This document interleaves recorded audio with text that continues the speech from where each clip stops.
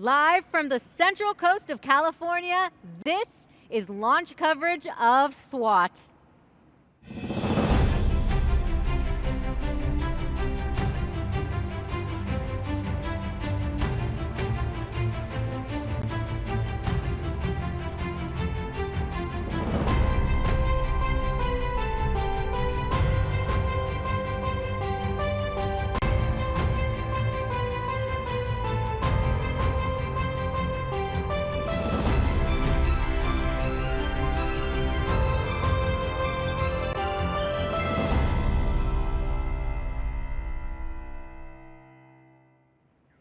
You are looking at Launch Complex 4E at Vandenberg Space Force Base. We are just about 45 minutes away from liftoff of this Falcon 9 rocket for the International Surface Water and Ocean Topography mission, also known as SWOT. It's the first satellite mission to survey nearly all water on the Earth's surface. It will help researchers address some of the most pressing climate change questions of our time. Hello and welcome. I'm Raquel Villanueva with NASA Communications, and I'm joined by Nadia Vinogradova-Schiffer. Welcome, Nadia. Good morning, Raquel. Now, she is the director of the Ocean Physics Program at NASA's Science Mission Directorate in the Earth Science Division. Nadia, as a mission scientist, what do you feel most excited about on this very early morning? Well, Raquel, we're launching SWOT, our next mission to track water on Earth's surface. It's been a long journey, 20 years to make us, to take us to the launch pad plus 1 day. And today, our water dreams are coming true. And why is it important to track all of Earth's water? Well, water is life. There are 8 billion people live on this planet, and we all depend on water to survive and prosper. We use water to drink, to grow our crops. We use water to produce energy and support our economy. Water is what controls our climate and weather. So essentially, SWOT will track all of this water for the same reason NASA follows water on other planets, because water is essential to life as we know it. Absolutely essential. I have plenty more questions for you coming up, and we will be taking your questions throughout the broadcast.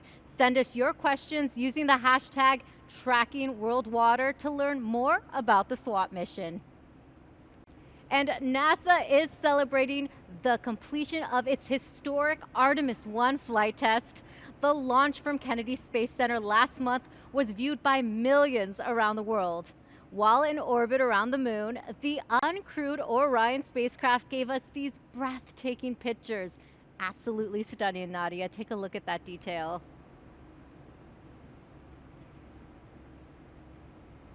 Splashdown. From Tranquility Base to Taurus Littrow to the tranquil waters of the Pacific, the latest chapter of NASA's journey to the moon comes to a close. Orion back on Earth.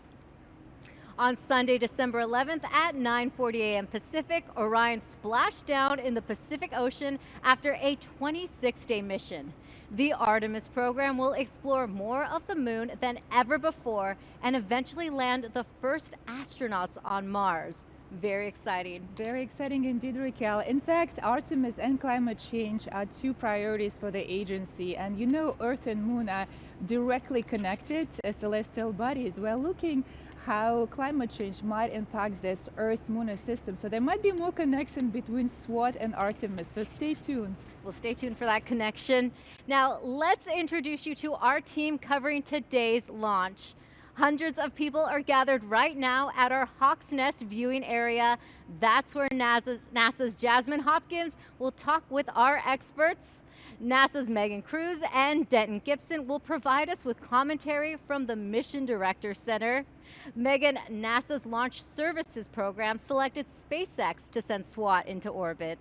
Yeah, and so for the last couple of hours, we've been listening to both NASA and SpaceX teams as they prepare for launch today. And great news, both the vehicle and the spacecraft are healthy, the range is green, and the weather is looking excellent, 100% go for launch. Yeah, absolutely, and isn't always the case, but we have great weather for this. Yeah, I love hearing 100%. This is Yeah. the first time I've actually heard 100% for a launch, so that's exciting. And commentating with me today is Denton Gibson. He is a mission manager with NASA's Launch Services Program, and the perfect person to chat with me today because before your current role, you used to work with SpaceX really closely. Yeah, for a long time, I was the Falcon 9 engineering team lead for the Launch Services Program. So, and I started working with the Falcon 9 when we during our first mission with SpaceX. So that was many years ago. Okay, many years ago, but a lot of experience you add today. Yeah. So the next big step for launch today is to start loading propellant into the rocket. Just a few minutes ago, the NASA team gave the go for propellant load, but now we have to do a SpaceX poll, right? Right, and what the NASA poll is, the various groups within NASA making sure everybody's ready to go. We just heard that poll, everybody's good to go, and now the SpaceX team is going to confirm with the NASA team that we all ready to go. Okay, perfect. Here's a live lookout at Launch Pad 4 East here at Vandenberg Space Force Base. We'll monitor the SpaceX poll that we just told you about, and then we'll check back in once fueling begins. Back to you, Raquel and Nadia. Thank you. We have a fun way to interact with our launch broadcast right now. You can print out a SWOT bingo card. Nadia is holding one up here. It has different words on the card you'll hear while watching this show. To print one, just scan this QR code you see on your screen. We also have the website go.nasa.gov/SWOT-bingo. When you hear a word, mark it off, and when you get a bingo, share your win on social media with the hashtag #TrackingWorldWater. It's a good way to stay awake. Yes, it's fun to play with kids during Christmas. Exactly. Now let's go over the specs of the SWOT satellite. It weighs more than 4,800 pounds at launch. The satellite is just over 16 feet in height. Its solar panels extend to more than 48 feet in length, about the size of a tennis court. It will cover over 90% of Earth's surface at least once every 21 days. And SWOT will increase our tracking of lakes from a few thousand to over 1 million. The mission is set to run for the next 3 years. SWOT is a joint mission between NASA and the French space agency CNES. JPL shipped the payload to France in the summer of 2021. For more than a year, engineers worked at Thales Alenia Space to integrate and test the satellite. After a series of functional and environmental tests, it was ready for the trip from the Nice airport back to the US. In October, the satellite and its shipping container arrived at Vandenberg Space Force Base, where it was mated with the Falcon 9. Now, Nadia, this is a complex international partnership. Can you talk about some of the challenges the team faced? Well, we actually gel very well with all our partners, CNES, Canada and UK Space Agency. We're currently a large multinational science team spreading 6 continents, quite a soccer team, just like a World Cup. Exactly. And now you're all here today. Yes, we are. Well, water is fundamental for life. SWOT will help us understand where Earth's water is today, where it is coming from, and where it will be tomorrow. Take a look. So for me, SWOT is water. SWOT is precision. In one word, I would describe SWOT as beautiful. SWOT stands for Surface, Water, and Ocean Topography. SWOT will be observing the elevation of water surface in the ocean, on the land. The water surface height will allow us to assess the water storage in lakes and stream flow of rivers. Our water is one of our precious resources. SWOT is unique because it is the first global view of our ever-changing water supply on Earth. SWOT's main instrument is called CARIN, which is the K-band radar interferometer. CARIN is what sets apart SWOT from other missions. It's a unique instrument that we're flying for the first time. The CARIN instrument uses the 2 antennas, which are spread out on either side of the spacecraft, in order to bounce signals off of both of those to get a much larger view of the surface. And being able to do it in very high resolution, higher accuracy, and also a wide swath so that we're able to measure large tracts over the Earth in a relatively small amount of time. SWOT is a pathfinder mission. using new technology to address transformative questions on climate change and its impact on our environment.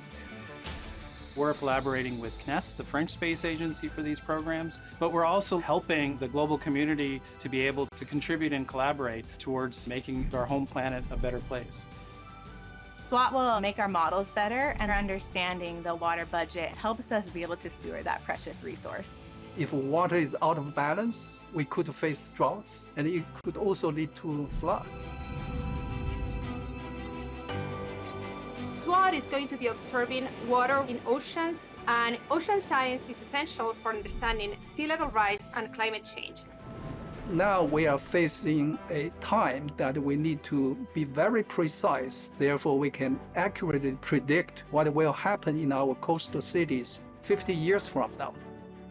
Understanding that it is a finite source and we can't rely on that forever is something that's really important. I'm just so excited and can't wait to see how it impacts the lives of others. Without really understanding the Earth, we cannot protect it, because we know that the missions that we work on are going to have an impact on our children and our grandchildren.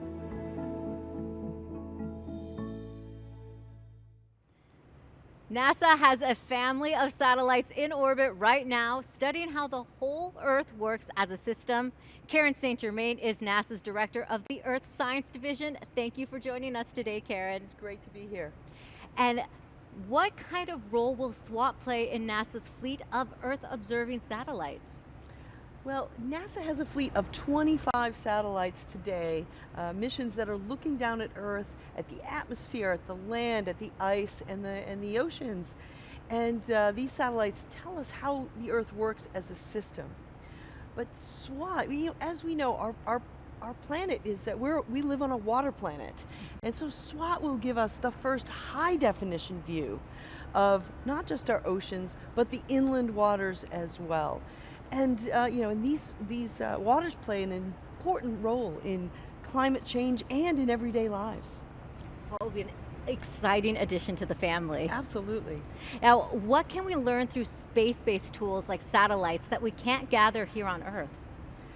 Well, space is the ultimate high ground. It's a unique vantage point from which we can see the entire Earth.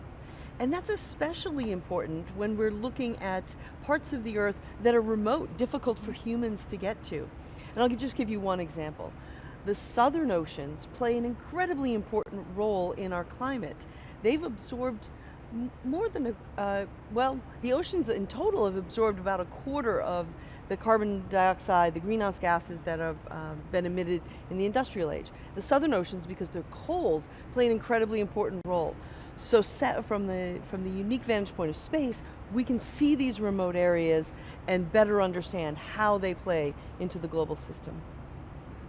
And Karen, just going forward, how do you see SWOT being a trailblazer for the next Earth science mission over the next decade?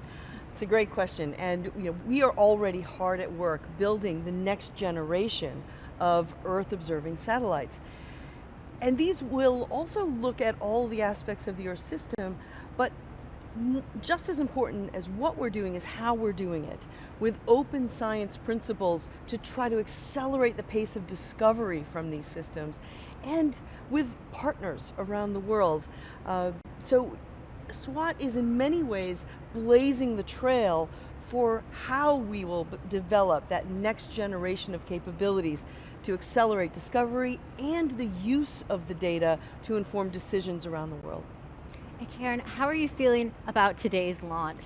I could not be more excited. We've been waiting for the SWOT launch, and as the team has gone through the challenges that you discussed a few moments ago, and so it's been a long road to get here, and we are so excited. We cannot wait.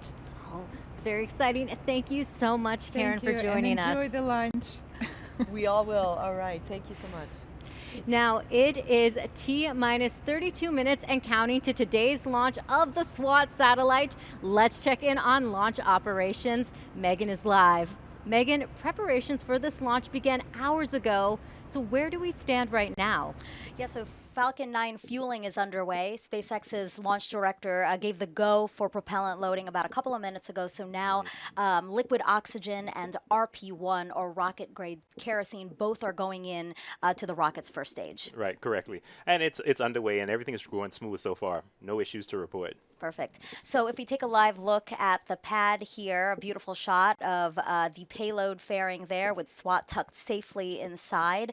You know, Denton, we talked about why SpaceX starts fueling so close to launch. You know, why when other launch providers start hours earlier? Yeah, and one of the main reasons they're using densified propellants. So they're very, very cold. That way it allows them to fit more fuel and oxidizer into a tank without having to increase the size of the tank.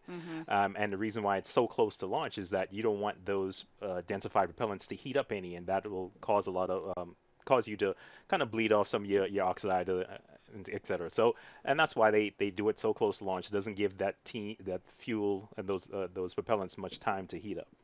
And as we look at this live picture here, you can see that telltale sign of soot on the booster there. That means it's flown to space before. Yes, this thing has flown 5 times before this, and it's a combination of Space Force missions as well as some commercial missions. So we do have some familiarity with this booster, and the soot is just a little seasoning on the booster.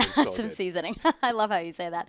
Okay, well, perfect. So far, so good. A really quiet count. You know, we're hearing the call-outs we're expecting. Nothing out of the ordinary. So, again, so far, so good. So we'll send it back to you guys, Raquel and Nadia. Thanks for the update. We'll go back to our commentators as we get closer to launch in just a few minutes. But first, we have some questions to answer about the SWOT mission and water. Our first question is from a student. Here's Meadow. Hi, my name is Meadow. I'm 7 years old and I live in Studio City, California. I wonder how much water is on planet Earth. Hi, Meadow. Good question. There are more than 1 billion cubic kilometers of water on Earth. A lot of water, Raquel. It's a lot of water. So thanks for your question, Meadow. And we have a social media question coming up as well. Let's see it. At Kawan wants to know, what is the most important thing to know as a NASA scientist? To know as a NASA scientist, well, hard work, some math and physics is a good skill, and have fun while doing it. And you possess those all, Nadia. We have another question coming up. Zeros and Math wants to know, what's the accuracy of SWOT? We are shooting for centimeter precision with SWOT. It's a very precise mission. We are improving our accuracy about 10x compared to our current observing capability of the ocean water and inland waters as well. All right, thank you. All right, we have one more question coming in. Kevin Rainville wants to know, will it give us the rate of sea level rise? We will definitely observe the rising oceans and rising sea, particularly close to the coast. And as we collect more and more data, we can estimate the rate, which is, the change over a certain period. This is what the rate is. Yes, excellent question. Yes, it was. Now, remember, you can send your questions online by using the hashtag #TrackingWorldWater. Now, you are looking live to the launch pad right now. We are T-minus 28 minutes to liftoff. SWOT data will help researchers better understand the ocean's role in climate change. Let's go to Jasmine live at the Hawk's Nest to learn more about the mission's science. Thank you, Raquel, and welcome to the Hawk's Nest. This is the main viewing location at Vandenberg, and there are over 500 guests scheduled to be in the surrounding area tonight. And right now, I'm thrilled to be joined by Li Luang-Fu, the SWOT project scientist who's been working on water monitoring missions for over 2 decades. Welcome, Li. Thank you very much, Jasmine. Of course. Pleasure to be here. We're so glad to have you. It is very special. Can you tell me, what are the main science goals of SWOT? Yeah, the main science goals are to better understand the ocean's role in climate change and how in a warming climate is affecting the Earth's rivers, lakes, and the reservoirs. So more than 90% of the heat since the Industrial Revolution, the global warming has been absorbed and stored in the deep sea. SWOT will provide a high-definition view of ocean topography for calculating ocean currents that transport the heat from the atmosphere to the deep sea. So the data will help improve ocean models to assess the ocean's capacity in the future to keep absorbing heat, protect humanity from global warming. And also in a warming climate, the water cycle of Earth is accelerating, making it very difficult to track and manage water resources, and also difficult to predict flood and droughts. So most of the lakes, rivers are not well sampled, but the SWOT for the first time will provide a global survey of the elevation of the lake storage of water and the flow rates of river, allow us to better model and so manage the water resources and predict floods and droughts. This is in a nutshell. Right. Very good in a nutshell. And I like that you said that this is the first time that we're seeing something like this. So what sets SWOT apart from previous satellites? Yeah, it's all about the spatial resolution and the coverage. For instance, the footprint of the radar on SWOT is 1,000 times smaller than conventional altimeter, making this spatial resolution of SWOT much, much higher. And also, it will cover all the ocean and the surface water without any gaps between 78 degrees north and south. Wow. So we're getting something we've never seen before. And Lee, you've been working on SWOT since the beginning for 20 years. What does it feel like to be here for launch? Yeah, this mission is 20 years in the making, and this is the fourth satellite mission. I serve as a project scientist. So, but this mission is the most complex and challenging, representing the culmination of my 40-plus years career at JPL working on oceanography from space. So my feeling now is a mixture of excitement, fulfillment, and also some anxiety. Right, yes, a little bit of anxiety. I know that you and your team will breathe a sigh of relief when we're done tonight. Absolutely. Fantastic. Lee, thank you so much for joining us. Yeah, thank you. Of course. Raquel, back to you. Thank you, Jasmine and Lee. The SWOT satellite is truly a remarkable spacecraft. Earlier, I got a chance to look at it up close with SWOT project manager Parag Vaze. Parag, we're standing here in front of a 1/3 scale model of SWOT. So can you tell us a little bit more about the key scientific instruments on board? Absolutely. So on this model, of course, you see the full spacecraft, but the instrument package is really on this configuration, first featured with our brand new instrument called the Karen Ka-band radar interferometer. What makes it an interferometer is really having a radar with signals that are transmitted and received from two separate antennas that are separated by a large distance. We also need other instruments to make SWOT work. We have a radar altimeter, which is a more traditional kind of altimeter, gives us precise but very small strip maps. We have a microwave radiometer that's used to correct the altimeter measurement in terms of the water vapor as the signal is going through the Earth's atmosphere. And we also need a set of instrumentation that tells us a very accurate position of the spacecraft in space itself. We have a GPS receiver that you don't see here, it's inside. We have a DORIS system, and we have the laser retroreflector array. And can you let us know how SWOT will communicate? Data, first of all, 1 terabyte of science data every day that has to be downlinked and then processed into products. The key to being able to do that, of course, is we have a very large recorder, memory recorder inside the module here, but then getting it out is the job of this antenna system. That's the X-band antenna system. That's downlinking at 600 megabit per second. And we also have an S-band system that's more for command and control and basic mission operations. We obviously can't take a SWOT like this into space. How will it fold and unfold after launch?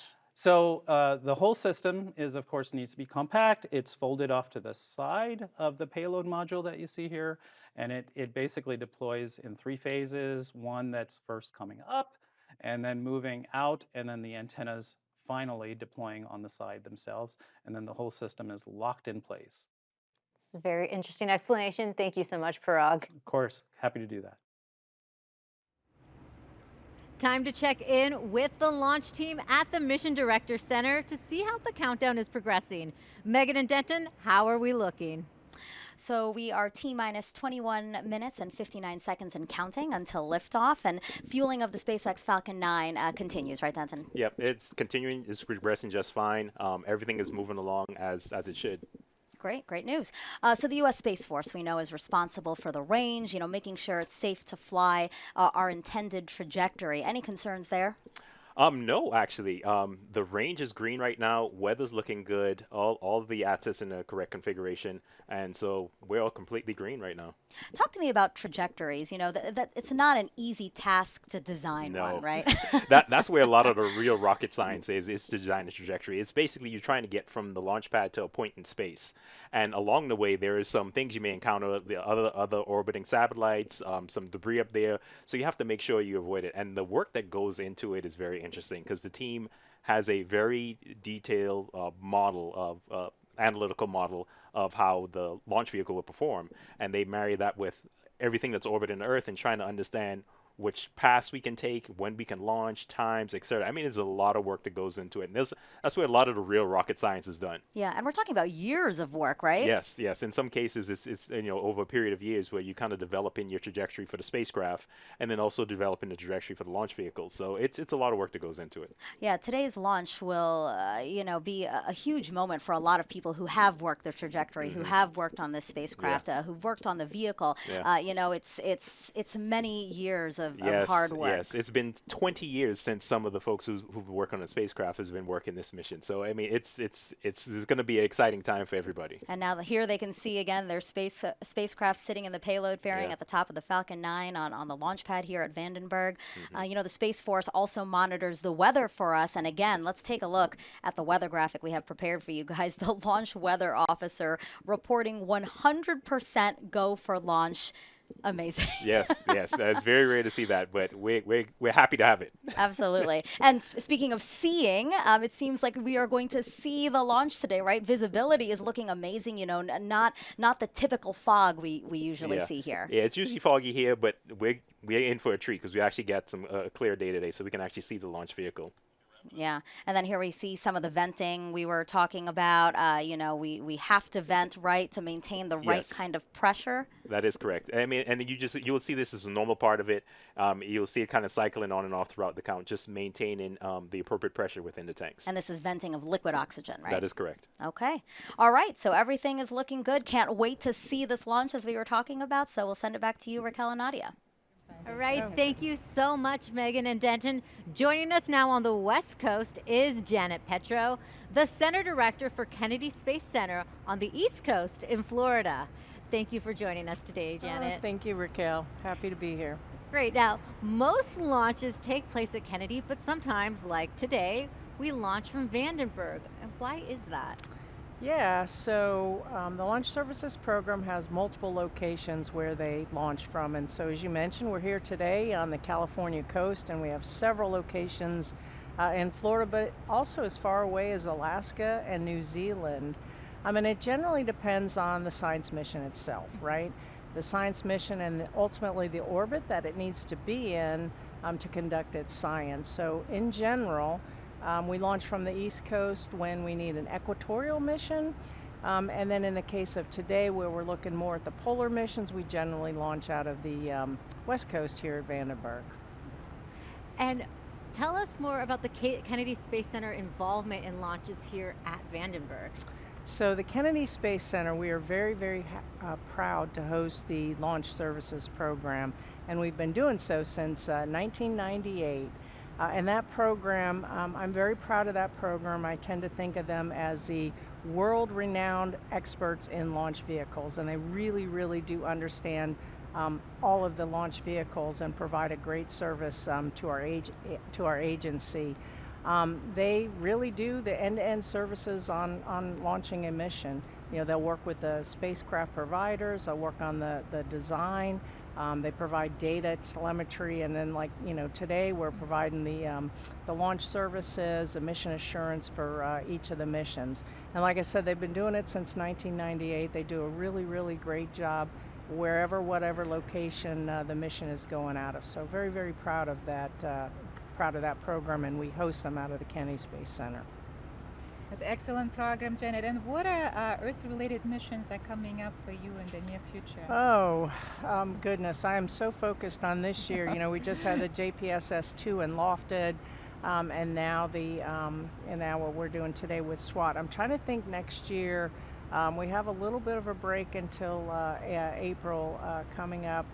We did earlier this year launch the GOES mission. Right, some ISS launches. Yeah, I can't, and you know, of course, the other missions outside of the Launch Services Program. Of course, we do the crew to the International Space Station. We do the cargo to the International Space Station, and you know, we just came from our big mission was Artemis, and very, very proud to get that launched out of our pad. And you know, we just recovered the vehicle down in San Diego, and that was an incredible experience. The Exploration Ground Systems program down at Kennedy, they're the ones responsible for the front end, the launch piece of that program, and then the recovery operation here on the West Coast, and they did a really outstanding job. We had a tremendously busy year at the Kennedy Space Center, and I like to say it's our diamond anniversary, our 60th anniversary. So it was a great way to really cap off the year with Artemis, and now ending with the SWOT program here tonight. We had a record number of launches. We're at like something like 53 launches that we supported from the East Coast, and our center supports whether it launches on our property, Kennedy Space Center property, or on the Space Force property, Cape Canaveral. We provide all kinds of services, whether it's our propellant services or standing up our EOC. And so if you think about that, 53 launches, that's about a fantastic one a week. Year. One a week. Thank you, Janet, so much for Thank that you all. anniversary. Now, there is a growing community of scientists eager to use SWOT data. Let's go to Jasmine live at the Hawk's Nest to meet one of them. Yes, Raquel, that is right. I'm here with somebody who is also eager to get his hands on that SWOT data. Toby Minear with the series group from CU Boulder in Colorado. Welcome, Toby. Thank you. Glad to be here. We are so glad to have you here. You are a research hydrologist with that group. So can you tell me what are some of the applications of SWOT? Well, SWOT is amazing because it has this really unique capability of measuring water levels over a big area. And so for people that are water managers in particular, there's a lot of excitement there because we really don't have this kind of capability at present. We have to do these things from the field, individual point measurements and things like that that are very hard to make in the field. And so we have a lot of interest from people that are like municipal water agencies, state agencies for dam safety, federal agencies, all really interested in getting their hands on some water level data in particular and storage change. So be very exciting to see it. It is very exciting, and really what I hear you saying is that SWOT is changing the game. So what are some of those specific applications, maybe agriculture or flood zones? How is it changing our lives in our own backyard? Yeah, well, so a few things that will change are, so for example, flood risk. We really don't have a good sense of where flooding occurs and when and why, so how much water requires flooding to occur. So for example, a good place for that is on the coast. We don't really have very many gauges along the coast at the freshwater and saltwater interface. And so, yeah, I think we'll see a lot of changes there, a lot of changes inland for lakes and wetlands too. Wow, that's really exciting. And I understand, Toby, you're also in this group called the Early Adopters. What is that and who's in that? Yeah, so the Early Adopters group is about 25 different organizations. They come from all over the world. And these are people that are interested in SWOT data. They've heard sort of through the grapevine that there's some data coming out for water level data. And these are agencies that are non-governmental organizations. They're governmental organizations ranging from city level water agencies up to federal agencies. So a lot of excitement there from the water community. Right, very exciting. Toby, thank you so much for joining us. Thanks. Raquel, back to you. Thank you so much. This will be the last launch for NASA's Associate Administrator for the Science Mission Directorate, Thomas Zurbuchen. During Thomas's 6 years in the role, he has overseen nearly 100 science missions, including SWOT, DART, the Double Asteroid Redirection Test, the Mars 2020 mission, and the James Webb Telescope. He also co-authored and authored more than 200 articles and received many agency awards. Congratulations, Thomas. Congratulations, Thomas. Yes, Thomas will be missed. He is known for his energy, dedication, and scientific curiosity. When I was doing my first lunch with him, Sentinel-6, Mike Friley, he was very supportive. So yeah, Thomas will be missed. But congratulations, enjoy, well deserved. Absolutely, enjoy that. The president of France's space agency, CNES, Philippe Baptiste, sent us this message about today's launch. The result of NASA and CNES historic partnership in oceanography that all started more than 30 years ago with TOPEX Poseidon is really essential. And I am very proud to send you this message and to be with you, at least in spirit, for this launch. I want to say once again a few words how proud CNES and its team are to be involved in this ambitious international adventure alongside NASA. SWOT is the first space mission to survey the planet's freshwater resources on a global scale. The water elevation of lakes and water courses, the discharge of rivers, and the fine dynamics of the oceans are all vital data that are going to help us better adapt to climate change. In this respect, SWOT truly marks a revolution for space hydrology, and we are proud to be embarking on this endeavor with the French community of scientists, of users, and of course with our industry. I wish you a successful launch, and go SWOT, go! Go SWOT! Climate change is a topic front and center for everyone, including NASA. Joining us now is NASA's Sandra Conley. Thank you for joining us, Sandra. Thank you for having me. Now, as a leader in science, what does it mean to be part of this mission?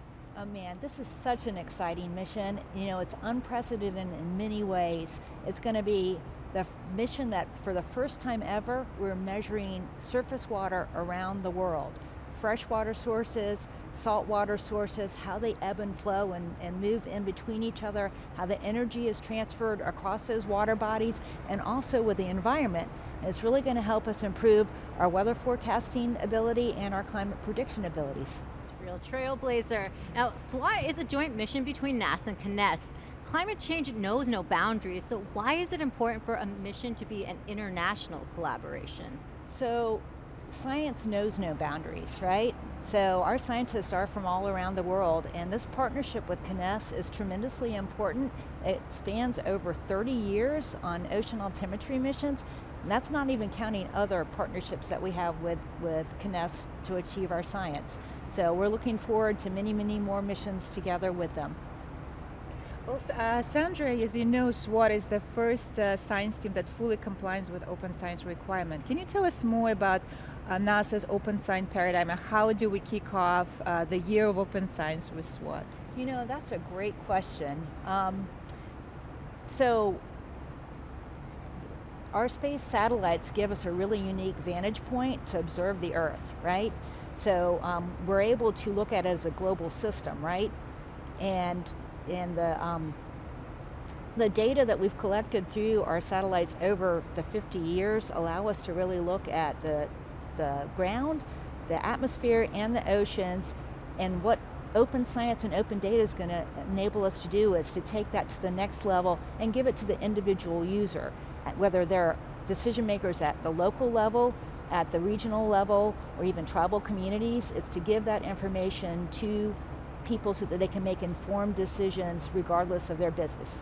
You don't need to actually be a scientist or an engineer moving forward to be able to leverage this data and apply it to your day-to-day business.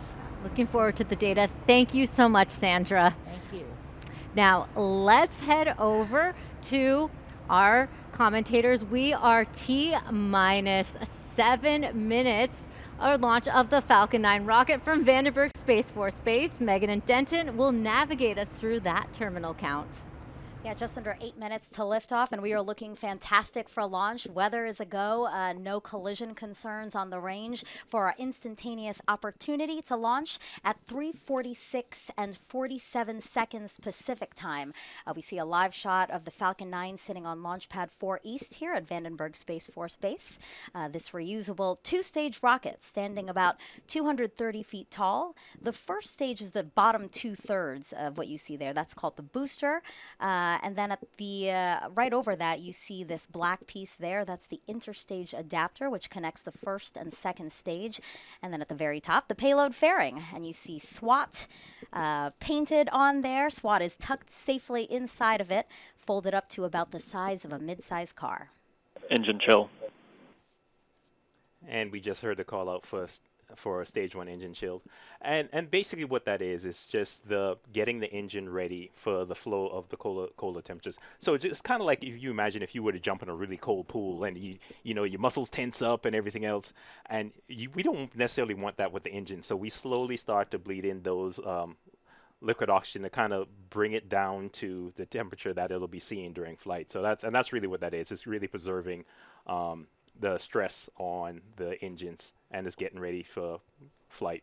Yeah, that was a great analogy. So, yeah, yeah, you made me cold thinking about it. So we see some of that liquid oxygen venting off now, both the first and second stages, right? Yeah, and you're seeing that because the booster is very, very cold because that liquid oxygen is inside there.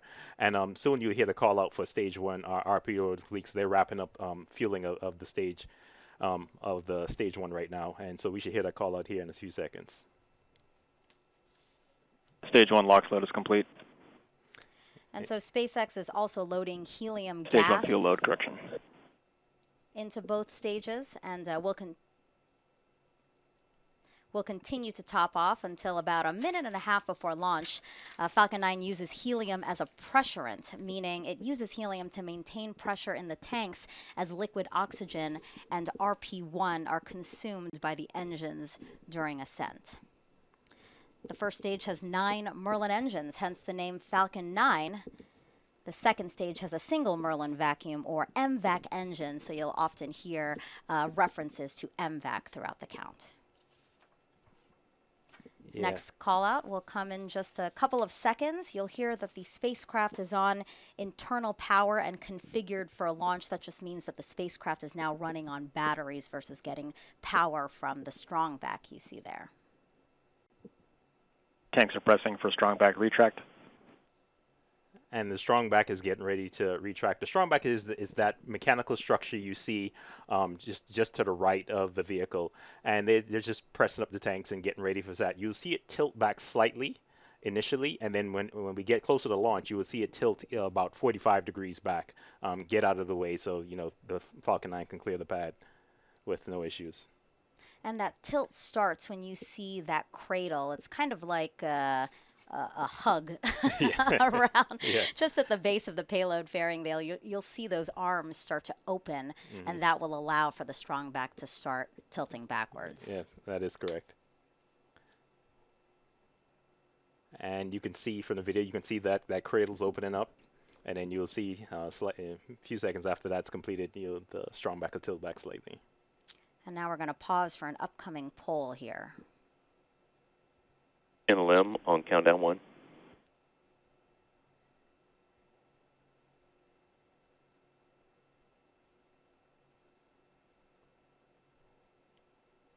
NLM copies.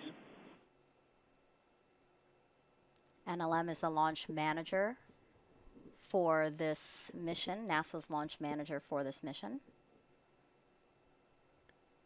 Again, we see that strong back retracting, and you see those connections between the strong back and the rocket. Those are umbilicals, and that's what continues to feed the rocket with liquid, electricity, gases, right up until launch, right? That is correct.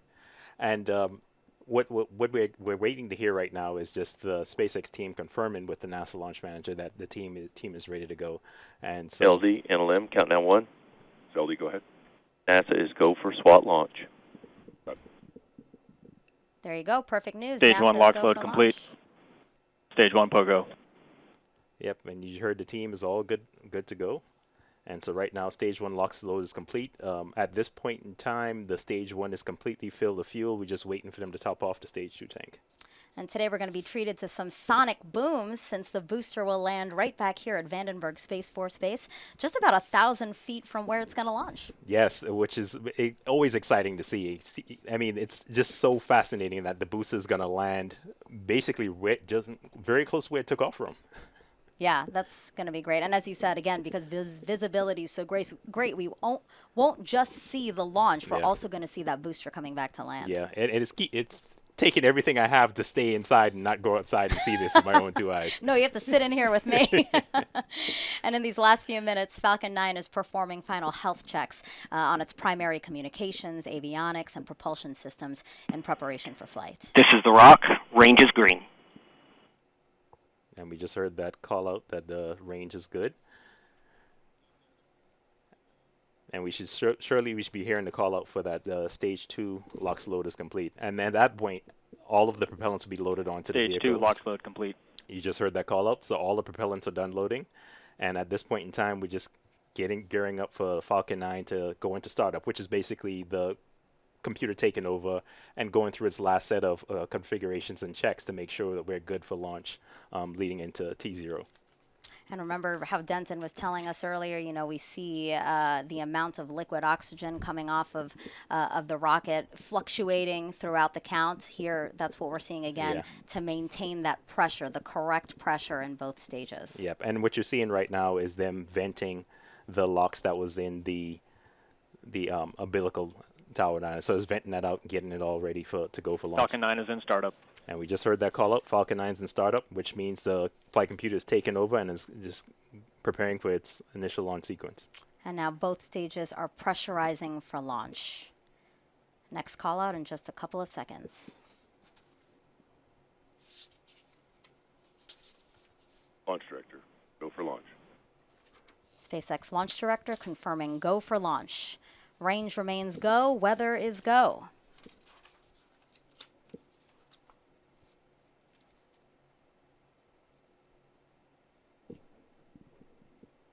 This launch will mark the 100th first mission of NASA's Launch Services program based at Kennedy Space Center. 15 seconds. Here we go. 10. 9, 8, 7, 6, 5, 4, 3, 2, 1. Engine ignition and liftoff. Liftoff of SWOT, our first global survey of Earth's surface water to study how this ever-changing resource affects our climate.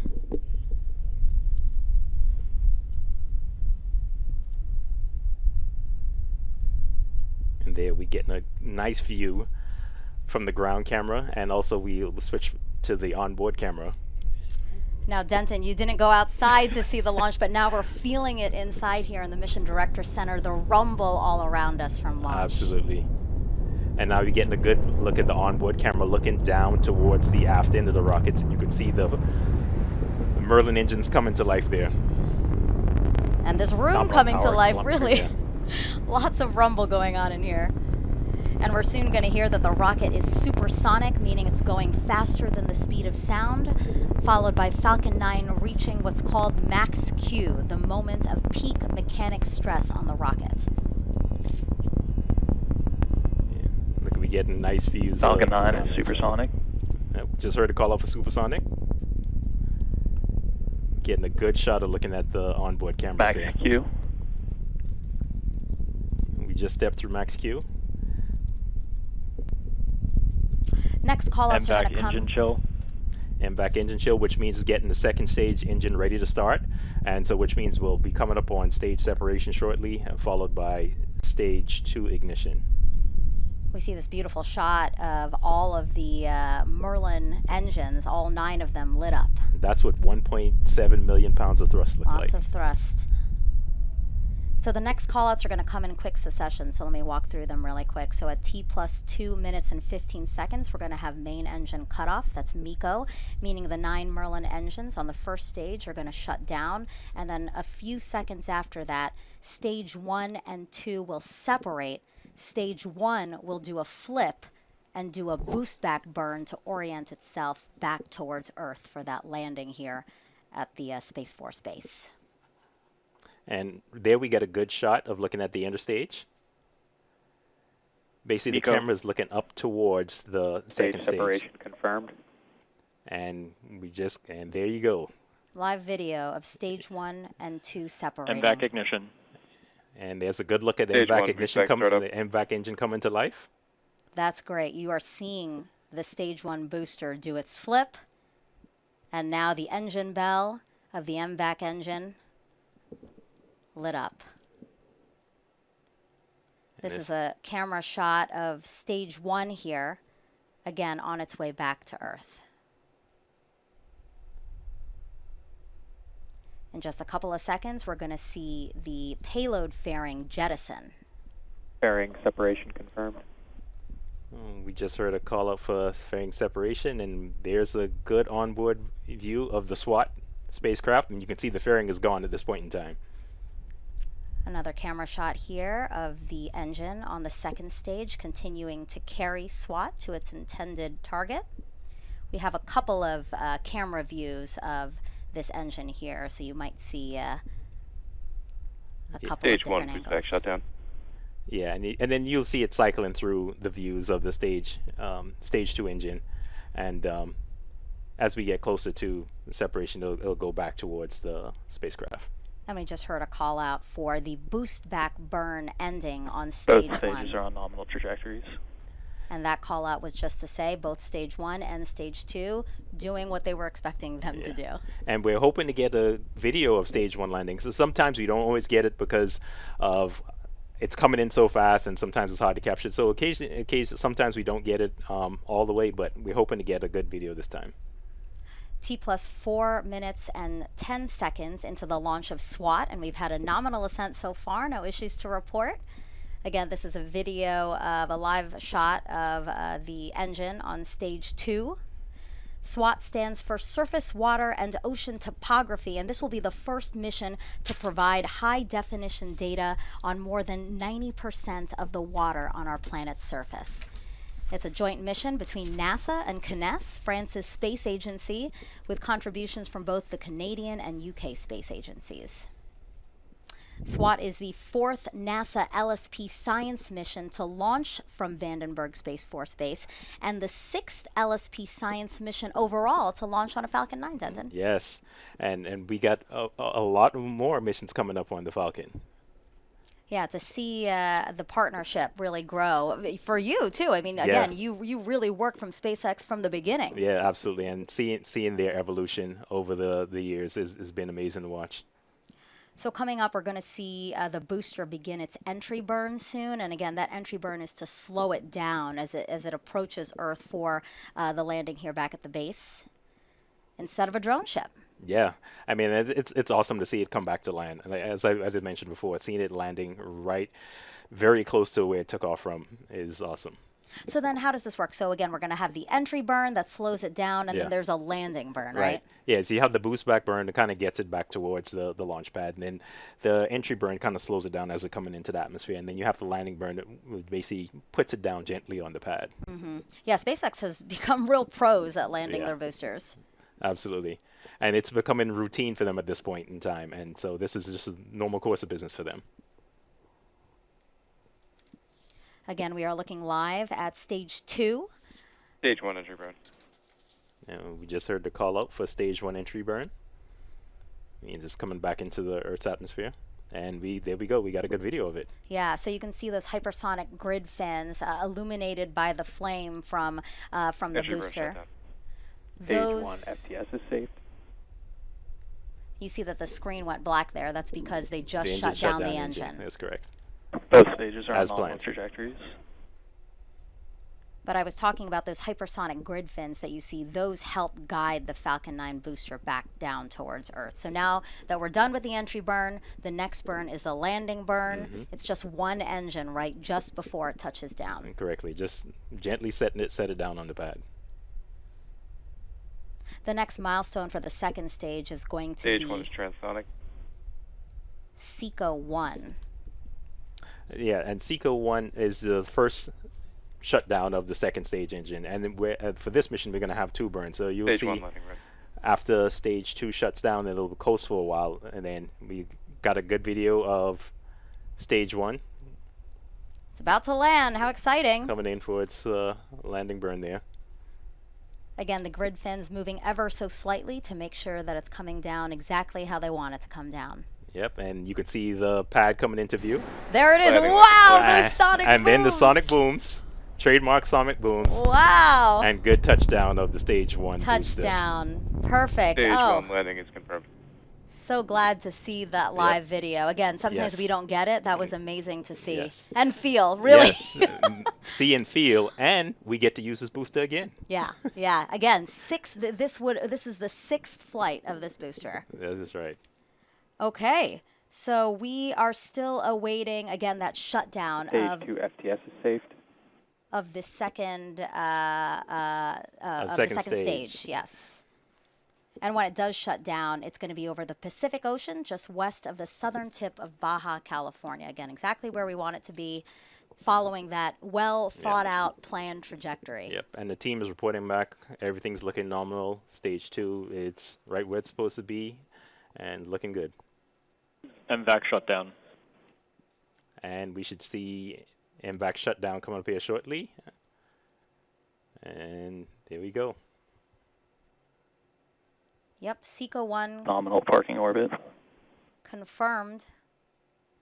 That's the trajectory you're seeing. It's flying south from where it just launched, and it'll continue to fly south down towards Antarctica. And so again, everything going as expected so far. The second stage is now going to coast for about 30 minutes. You can see that it is shut down there from that view. And this is a view of the spacecraft. Again, because the payload fairing has been jettisoned, you see SWOT right there on your screen. Exposed now that we don't need the payload fairing to safely get it out of the atmosphere. Yeah, correct. And yeah, once the whole purpose of the fairing is to protect it while the vehicle is flying through the atmosphere at supersonic speeds.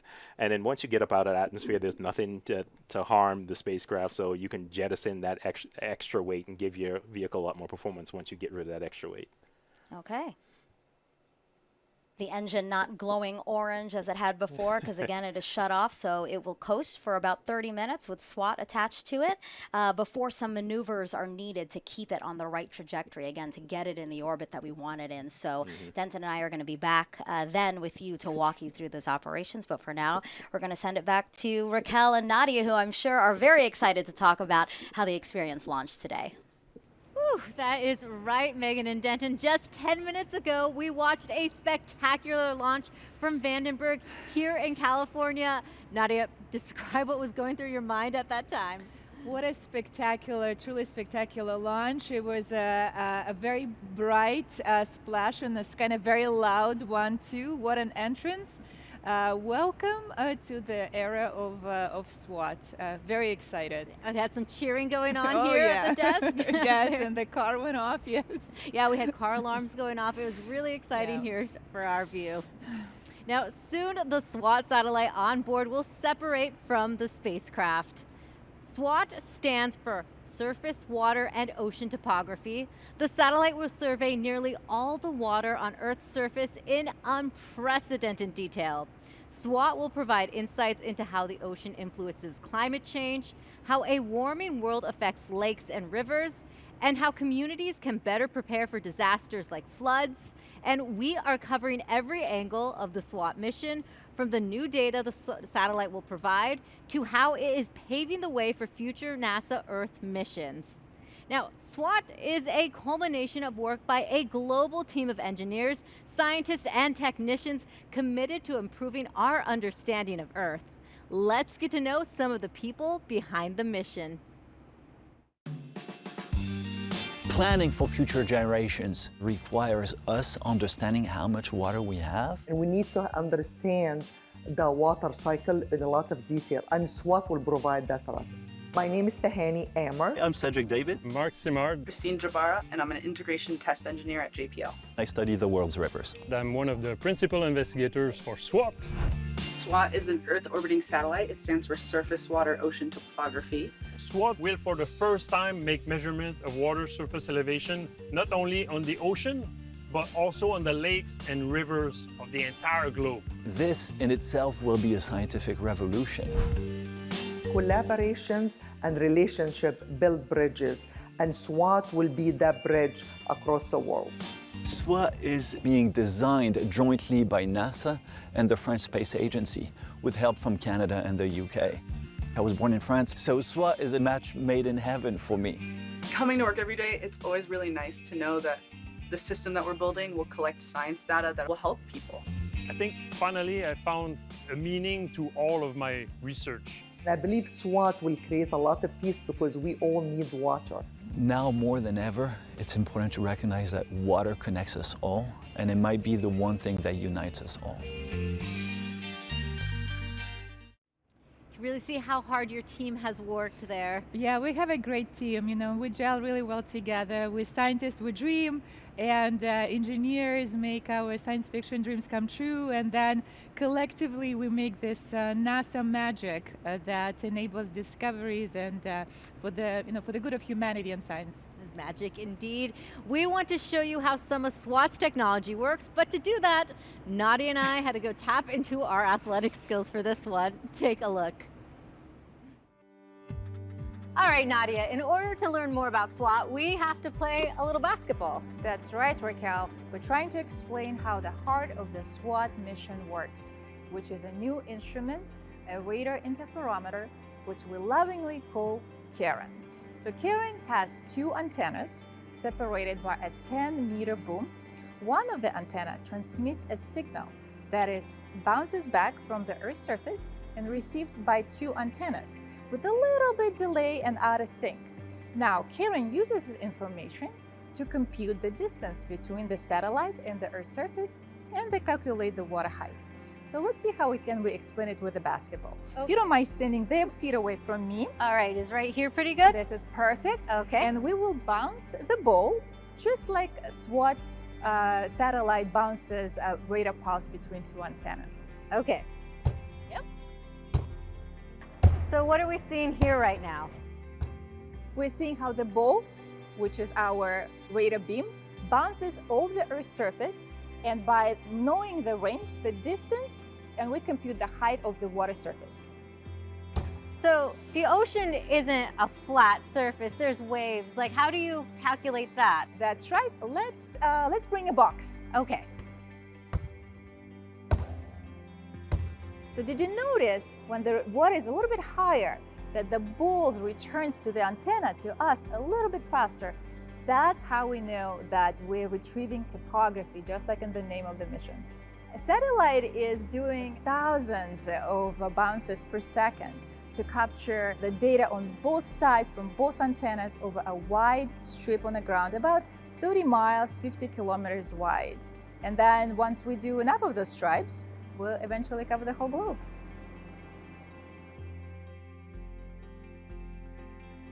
Nadia, I could really hear your excitement and passion for SWOT in that package. Why are you so excited for this new technology? Yeah, it's a really pivotal moment, I think, for our space science industry as we are testing new technology with SWOT. This is our first in-flight demonstration for the SAR interferometer, and this opens a new way of observing Earth water height. So yes, it is a pivotal moment, and I'm very excited about it. Yes, and like you mentioned before, the scientific heart of SWOT satellite is the Ka-band radar interferometer, or Karen, and it measures the height of water on Earth. Jasmine is live at the Hawk's Nest to learn more about how the technology was built. That is right, Raquel. We're back at the Hawk's Nest, now joined by Ava Peral, the lead systems engineer for the Karen instrument on SWOT. Welcome, Ava. Hi. We are so glad to have you here. That launch just lit up the sky. What did you think? Oh, it was impressive, really impressive. It really was. It was beautiful. So you work on the Karen instrument. Can you tell me what sets that apart from other instruments? Yeah, so Karen is a radar, and NASA has launched radars before to study the ocean from space. But Karen is a very special type of radar. It's a radar interferometer. That means that the signal that bounces off the Earth is received simultaneously by two antennas. These two antennas are separated by a long distance, about half the size of a tennis court, and they have to be positioned very precisely to levels that are like micrometers. So we're talking about the width of a hair. So you can imagine that adds a lot of complexity to the SWOT mission, but it is that technology that enables the resolution and the accuracy that we're expected to achieve with SWOT of the Earth's water. Right, so we're seeing things in a precision that we've never had before, which is very exciting and complex. So were there any challenges that your team faced while creating Karen? Yes, Karen has been pushing the envelope in many, many different fronts. I can give you many examples. One, I just told you before about the mechanical precision that we need to have positioning these two antennas. We also have a very high power amplifier. We need an enormous amount of power to be able to get that signal back to the satellite from the Earth at a level that is detectable by the radar. And that level of power at our frequency from space is by itself a technological achievement. We also have the radar produces massive amount of data. In fact, over 60 terabytes of data every single day. And that's a lot of hard drives, as you can imagine. So we really need to reduce that data volume so that it's manageable and we can downlink it to the ground. And for that, we're doing some fairly unique signal processing in the radar in space. So all of those are really achievements. Karen is a unique instrument and one of a kind. Right, it really is. You and your team should be very happy with this achievement. And Ava, you yourself have been working on this for a decade. How does it feel? You know, I know those last few weeks can be like a race to the finish line. What is it like that you just saw this launch? Well, for me, it's been my project since I started at JPL. It's been actually over 13 years. So this is really a very exciting moment for me. And myself and my team have been actually working very hard on what's coming ahead of us. Now that we're going to be getting the data from space, we need to make sure that the data is valid. It has the accuracy that we're expecting. And that's going to be a very difficult and critical task by itself. Right, but this is just the beginning. Ava, thank you so much for joining us. Thank you. Raquel, back to you. Thank you, Jasmine and Ava. Let's get to some questions for you, Nadia. Our first question is from a young space fan, Mark Andreas. Hello NASA, my name is Mark Andreas. How we can see water from space? Well, hi Mark. NASA can see different aspects of water from space. We could see how hot is the water, how the temperature, the surface temperature of the water is, how salty is our water, salinity of ocean salinity. We can see how heavy the mass of water, its gravity.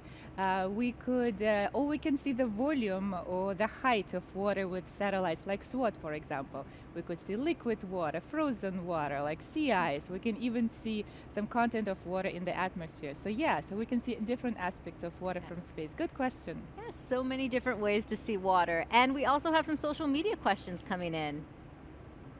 We have, how many times per day will SWOT orbit the Earth? So on average, SWOT's nominal orbit is 21 a day repeat orbit. Right. And we have another one coming in for you now. Let's see, how accurate is the equipment when measuring the current sea level from space? Meters, centimeters, millimeters, nanometers? We're really getting into that. We're targeting centimetric accuracy of sea level measurements from space, which is a truly breakthrough. It's a 10x improvement of what we are currently doing. Yes. Now you're doing such a good job answering these questions. We have another one coming in for you. What is ocean topography and how does it work with SWOT? Well, think of it, ocean topography, just like mountains and valley. Like I was driving here from LAX to Lompoc, just like mountains and valleys on the ground, you see hills and dips on the ocean surface. So think of it as well. Great explanation. We have another question for you too. Let's get to this one is, will you be able to tell how clean the water is?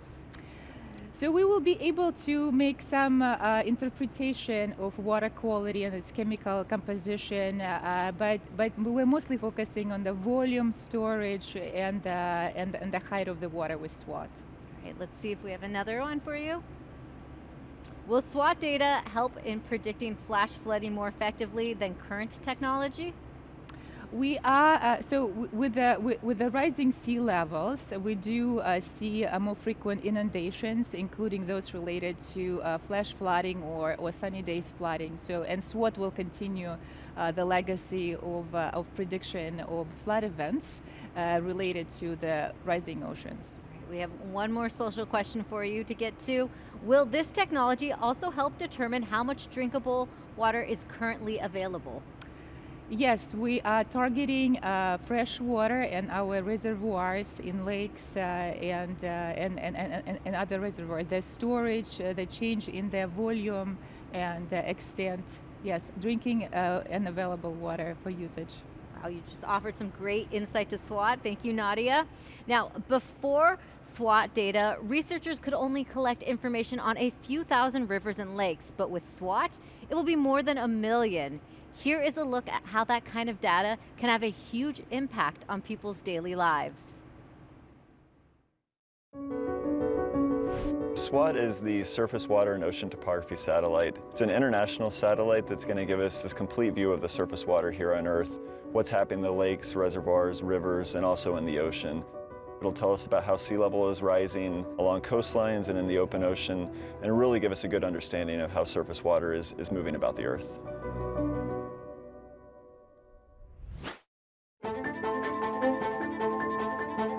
Our goal is to provide data, forecasts, watches, and warnings at some key locations like the Willamette River in Portland, which is a major U.S. city that historically has seen some catastrophic floods. The better quality of the data that we have that feeds into our models, the better the forecasts are going to be, the more time that people will have to protect themselves and their property and ultimately our communities. A tool like SWOT is going to help us with making these really difficult projections and predictions for the future.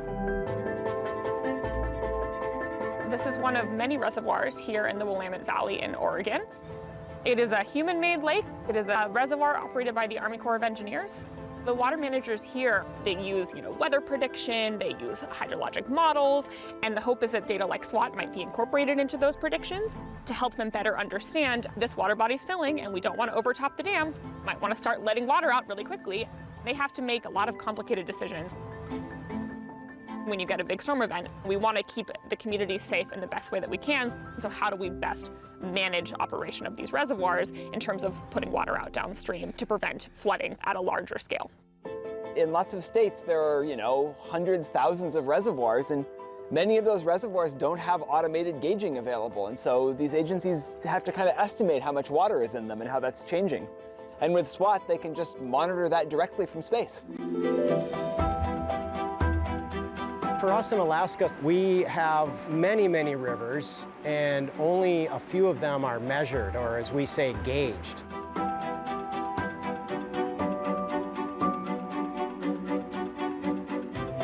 If we have data on when flooding is occurring or might occur, we can get crews out there to look at the bridge to make sure that the bridge and the associated roadway are still safe. If we can start collecting data on all rivers above a certain size remotely from satellites, it really opens up the amount of rivers that we can help understand what happens when they flood or how they flood. And that really improves our ability to manage our infrastructure and to design new infrastructure. That is where SWOT will really make a big difference. One of the partners we're working with is the Department of Defense, and they're trying to fill gaps in the data that they have along the coastlines. Our military is obviously very concerned about what's happening on global scales, and they have installations across the globe. So SWOT will potentially provide an opportunity to fill in some of those gaps, allow them to make the impact assessments that they need for sea level rise in their facilities. So trying to understand and give them the information they need to plan for and then potentially adapt to these changes is really critically important. Coastal wetlands like the Mississippi River Delta are extremely important because it acts as a buffer between us and the threatening ocean.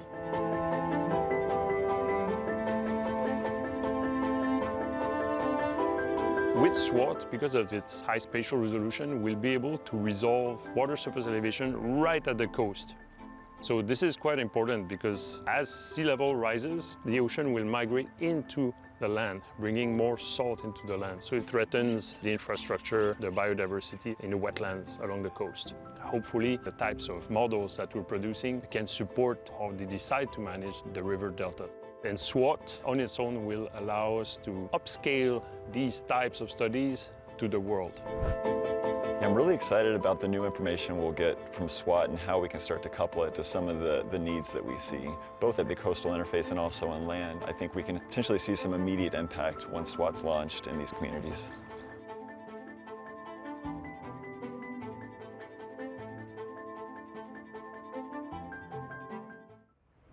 SWOT is an international collaborative effort not only between NASA and CNES, but with contributions from the Canadian Space Agency and the UK Space Agency. We'll hear from the UK Space Agency in a moment, but joining us now is Taryn Tomlinson with the Canadian Space Agency. Thank you for joining us today. Thanks for having me. Good morning. Now, why did your agency choose to be involved with the SWOT mission? Well, contributing to the first ever satellite to survey most of the water on the planet is truly an exceptional opportunity for us. Water is such an important resource, and it is in so many ways linked with climate change. And we're so happy to work with our international partners again on solving issues that matter to all of us. SWOT is particularly important to Canada. We have the longest shoreline on the planet, and we have over 1 million lakes, and it's so important to monitor the change of those lakes over time. SWOT is really going to benefit Canadians for strategic water management, but it will support humanity in the face of climate change. It really is an international effort, as we say. Truly. Can you talk a little bit more about CSA's contributions to the mission? I'd love to. CSA will be contributing a key component to the CAREN instrument. They're called the Extended Interaction Klystrons, built by CPI Canada. It's the high-powered amplifier that will help those Ka-band precision measurements for measuring the surface water. And so in addition to the device that we are contributing, we have science researchers who've been involved with the SWOT science team, and they've been developing the objectives, and they're also working to deploy instruments to key sites across Canada.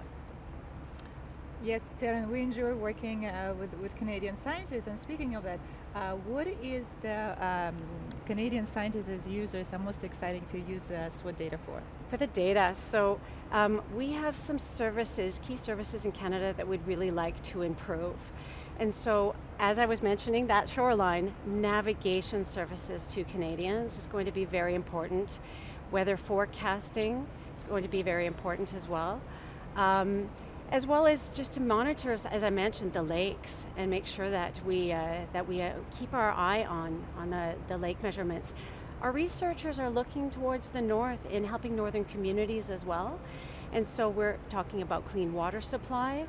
We're talking about water management for the coastlines, for tides, and for estuaries, and also hydroelectricity. And I do want to mention, I'm so excited to see what Canadians will do with open science and open data. Excellent. Yes. Lots of data ahead, and I want to know, what was launch like for you today? Well, it was exhilarating, and we had cheers and excitement outside. We were all outdoors, but what was specifically exciting for me was to see the return of the booster and that double sonic boom, and everybody jumped out of their skin. It was exhilarating. What a morning. Thank you so much. We're grateful to be here. Absolutely. Thank you for joining us today. Very early morning. Now, Beth Greenaway with the UK agency wasn't able to be on set with us, but she left this message. The UK Space Agency has contributed to SWOT by enabling both our industry and our scientists to be part of the mission. We were approached by the French Space Agency, CNES, who are building the instrument for the mission. They needed a very complex bit of kit built in the UK, which essentially signals or moves the radar pulses around the instrument. And it was Honeywell in the UK that built this. In the UK, we're really fortunate to have some of the world-leading scientists who understand both the oceanography, how the ocean moves, and how satellites can be used to measure that. It's really exciting to be part of such a big, exciting mission. It takes a long, long time to come through to a launch in 2022 to be part of that journey on the policy side, enabling people to really do the best of British engineering and the best of British science, to be part of such a huge global water survey that's so important for climate change and is really going to make a difference to what we understand about our world. All right, SWOT will measure the Earth's water on a global weather. It will take into account how much fresh water flows in and out of lakes, rivers, and back into the ocean. It will also look at shifts in sea level. Nadia, you have a demonstration that illustrates the importance of our water that involves a gallon of water right here. That's right. We wanted to look a little bit of the water storage, water budget, water cycle, and we imagine that all the water on Earth represented in this gallon of clean water, and how the water moves. So ocean is the ultimate source of all our water. Land does not produce its own water. All the water and moisture on land comes either directly from the ocean or it's subsequently recycled from it. And so some of it get back to the ocean, but some of it makes its way on land. Some of it is stored in the atmosphere. So if you just do a half a drop of your magic liquid, that would be representative of how much water is contained in our atmosphere. So not too much, right? Yeah, right. Just a little bit. So yes, and then about a tablespoon of that magic liquid, and I'll let you do the math in terms of how many. That much would be representative of how much available fresh water we have on land. So about 0.5% only. So also not that much. You know, most of it is contained in our salty ocean. So we humans, an ecosystem, we depend on this steady supply of water and moisture from ocean to land. And if the ocean supply is interrupted, we have droughts or even fires like you guys have in California that you experience perhaps yourself. Or if the ocean supply of water is too much, we get floods and inundation, just like people like us on the East Coast. So this movement and the supply-demand chain in this completeness would be seen by SWOT, just like you and I seeing it in this gallon. Yeah, and what if too much water comes back into the ocean, as you were kind of describing? Yeah, well, then the ocean becomes higher. The volume of the ocean rises, yeah. And how much would it rise? Well, currently we're observing about 3.4 millimeter of global mean sea level rise. I don't know if that makes sense. So in gallons, that would be about 300 trillion of gallons a year. That's how much water we add every year into the ocean. Okay, that is a giant number. How can you help put that to Visualize? scale? Well, yes. I mean, I guess if you line up all these jars, you would cover the distance from a sun to Pluto and back. So yeah, it's a lot of water. The sun to Pluto and back. Yes, a lot of water. That's a lot of water. Understatement. Well, thank you so much, Nadia, for this. Now, a SWOT technology tracks changes in water volume over time, like you mentioned, and we will get a better understanding of Earth's water cycle. That data can be used to help prepare communities for rising seas and changing coastlines. Let's learn more about Earth's water.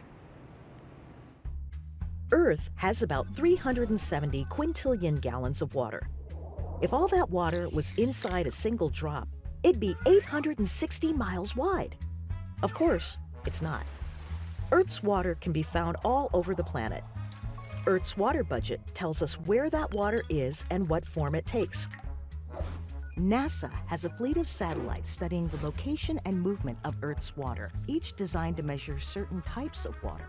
Some measure the movement of groundwater or ocean currents, while new missions like SWOT and NISAR will also fill gaps in our knowledge by measuring fresh water and possible hazards. Together, these missions help bring NASA's water budget and cycle into focus. So next time you feel a drop of rain on your face, imagine all the places that water might have been during the last few billion years and where it might be in the next. You know, that video really shows off NASA's family fleet, doesn't it? That's right, yes. Yes, and let's jump back into questions from kids and social media. And, you know, speaking of family, Looks like we have a special surprise for you, Nadia. Ooh, okay. Hi NASA, my name is Kira. I'm 80 years old. I live in Washington, D.C. I heard that sea levels are rising. What I want to know is if me and all puppies are safe. Kira out. Who did we just see there, Nadia? Well, hi Kira. Yeah, this is Kira, my daughter. So I hope that your parents will keep you safe and your puppies as well.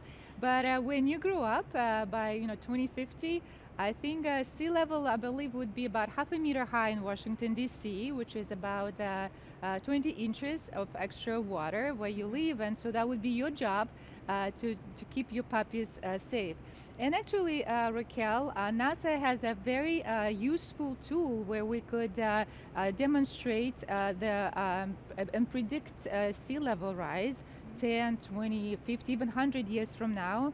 Not just for here in Washington, D.C., but all major coastal cities all over the globe. And I see that we have, yes, well done, NASA, sealevel.nasa.gov, very, very effective. Yeah, we have a link. sealevel.nasa.gov. And we have some social questions coming in for you as well. Let's see the first one coming up here. Oh, actually, we have a photo. This one is a picture. We have a space fan. Let's take a look at Watson. Oh, look at little Watson there. So cute. His mom, Lucy, says he has been a fan since birth. Oh, wow, it's not far along, right? Great, that is a very cute picture. Very cute. Now we have a social question to get to for you. Okay. Let's see. The first one coming up is, can you shortly describe the collaboration between CNES and NASA on the SWOT mission? Who does what? Who does what? So NASA and CNES have been long-standing partners, working with CNES for more than 30 years, especially for satellite altimetry. This has been the relationship that we've been doing very strongly, going on into fourth decade. And when we talk about collaboration, it was a truly collaborative effort when we were doing both testing and engineering and ping-ponging our SWOT observatory back between JPL and Thales in France multiple times. So both agencies contributed major hardware instrumentation for the observatory. And the questions just keep coming in. We have another social question for you to answer. Take a look. This one is, how long will SWOT be in space? A good question. So the nominal mission timeline is 3 years. So we give our engineers a reasonable timeline to fulfill engineering objectives. But longer than that would be a very welcome bonus for our scientists to use SWOT data beyond those 3 years. That's a great bonus. Let's get to the next social question. How is the data shared? Which institutions are the intermediaries and which are the end users? I will soon be working with the French government to study a link between water management and spatial infrastructure. It's an exciting subject. Well, thank you. We think so too. So this is free for all. All data would be available to the public through NASA and CNES data providers. And not just that, we're actually welcoming a community to help NASA and CNES validate the data prior to the delivery of a fully validated data set. This is the experiment that Sandra mentioned that we're going through at NASA. It's called Open Science, and we are delivering and sharing pre-validated data sets with the science community. So all hands on deck. If you want to be a hydrologist or work with infrastructure as this person who asked this question, welcome. Yes, data for all. Thank you so much, Nadia. We still have time to get your questions answered. Simply post your question online with the hashtag #TrackingWorldWater. Now, we are just over 41 minutes since launch. Commentators Megan Cruz and Denton Gibson are tracking the next milestones on this mission. Yeah, hello again, guys, from inside the Mission Director Center here at Vandenberg Space Force Base in Central California. We're actually sitting right next to where Nadia and Raquel are, because this is where we can listen in to the teams who are still working the launch. So it's been about 41 minutes since liftoff from Vandenberg Space Force Base. We had a nominal ascent, and now we are looking at live video of the second stage. And the engine there not burning red hot anymore because it's been coasting now, right, for about 30 minutes, Denton? Yeah, and And what's happening right now is they're chilling down the engine. As we talked about earlier, they're just cooling down the engine, getting it ready to take on those, those densified propellants, which is down in the neighborhood of minus 300 degrees. So you see what's happening right now. It's just chilling the engine down and getting ready for second engine start, which is basically, it's going to be a very short burn that's coming up. And this burn is essentially just kind of doing a final orbit adjustment before getting into spacecraft separation. So that's what's happening right now. And we should hear the stage 2 engine restart coming up here in about a minute or so. And so we just saw a map there. That's a trajectory. It's showing where stage 2 is. And right now it is just south of South Africa along the coast of Antarctica. So it traveled pretty far in just those 30 minutes. And as soon as we get in range of that next ground station, the engine will start up again. And then shortly after that, spacecraft separation will occur. And what ground station are we trying to hit?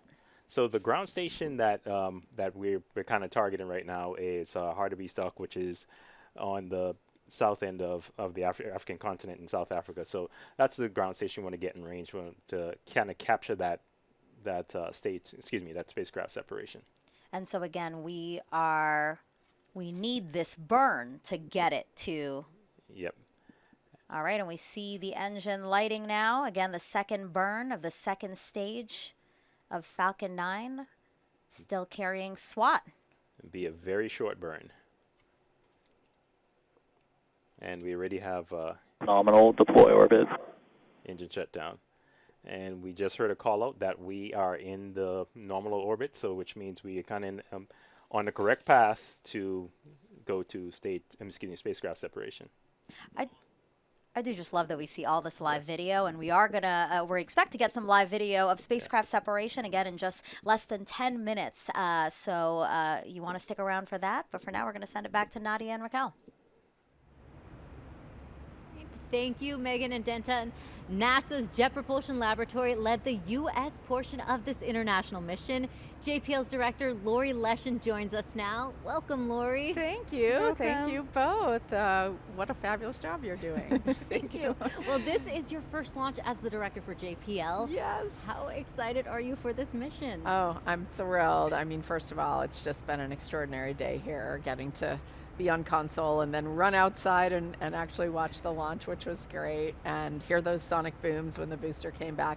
Our launch teams have been incredible, but I'm just so thrilled for the SWOT team, who's been, I've only been at JPL for 6 months. The SWOT team's been working on this for so many years, and thrilled for an exciting mission to come. Of course, we still need that acquisition of signal. We're not getting ahead of ourselves, but so happy that my first launch is an Earth science launch, because this is the planet we care the most about. Fantastic.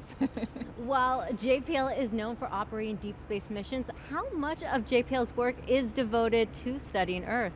It's more than people think, right? People know us for cool Mars rovers and helicopters and for orbiting Jupiter and these and wonderful telescopes that look into deep space. And of course we do all of that.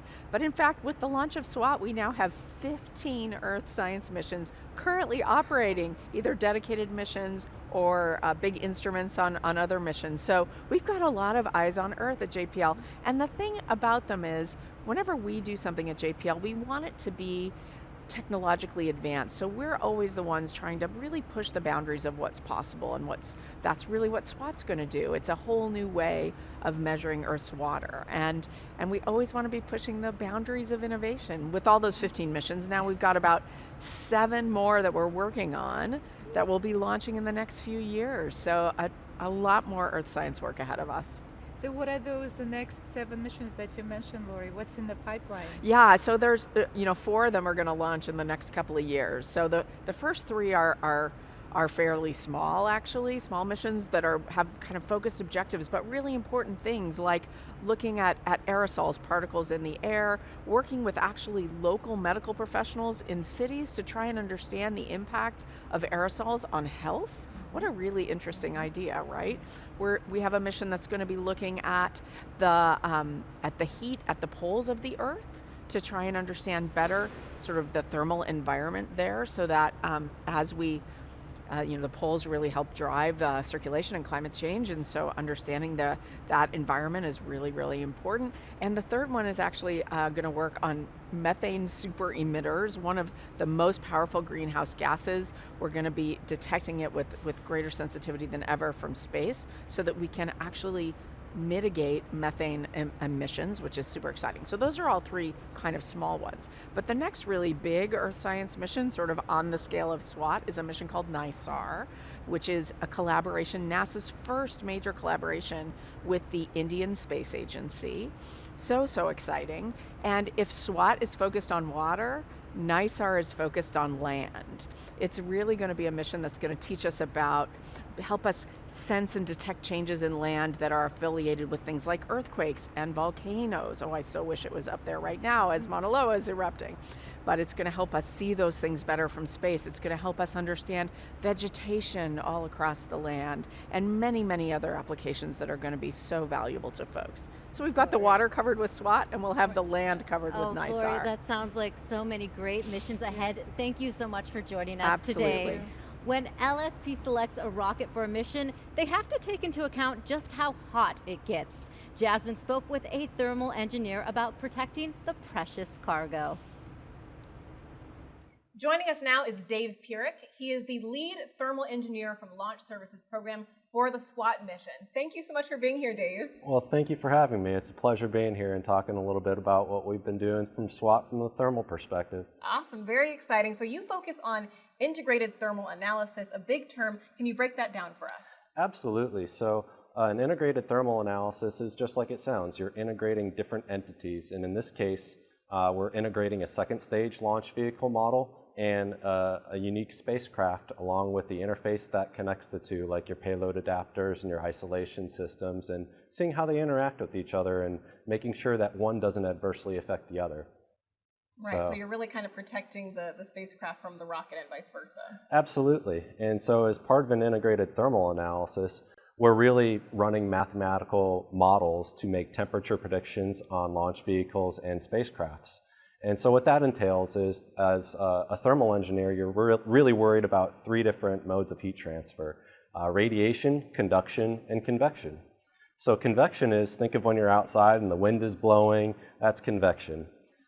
So radiation, it's like the sun beating down on you, solar radiation.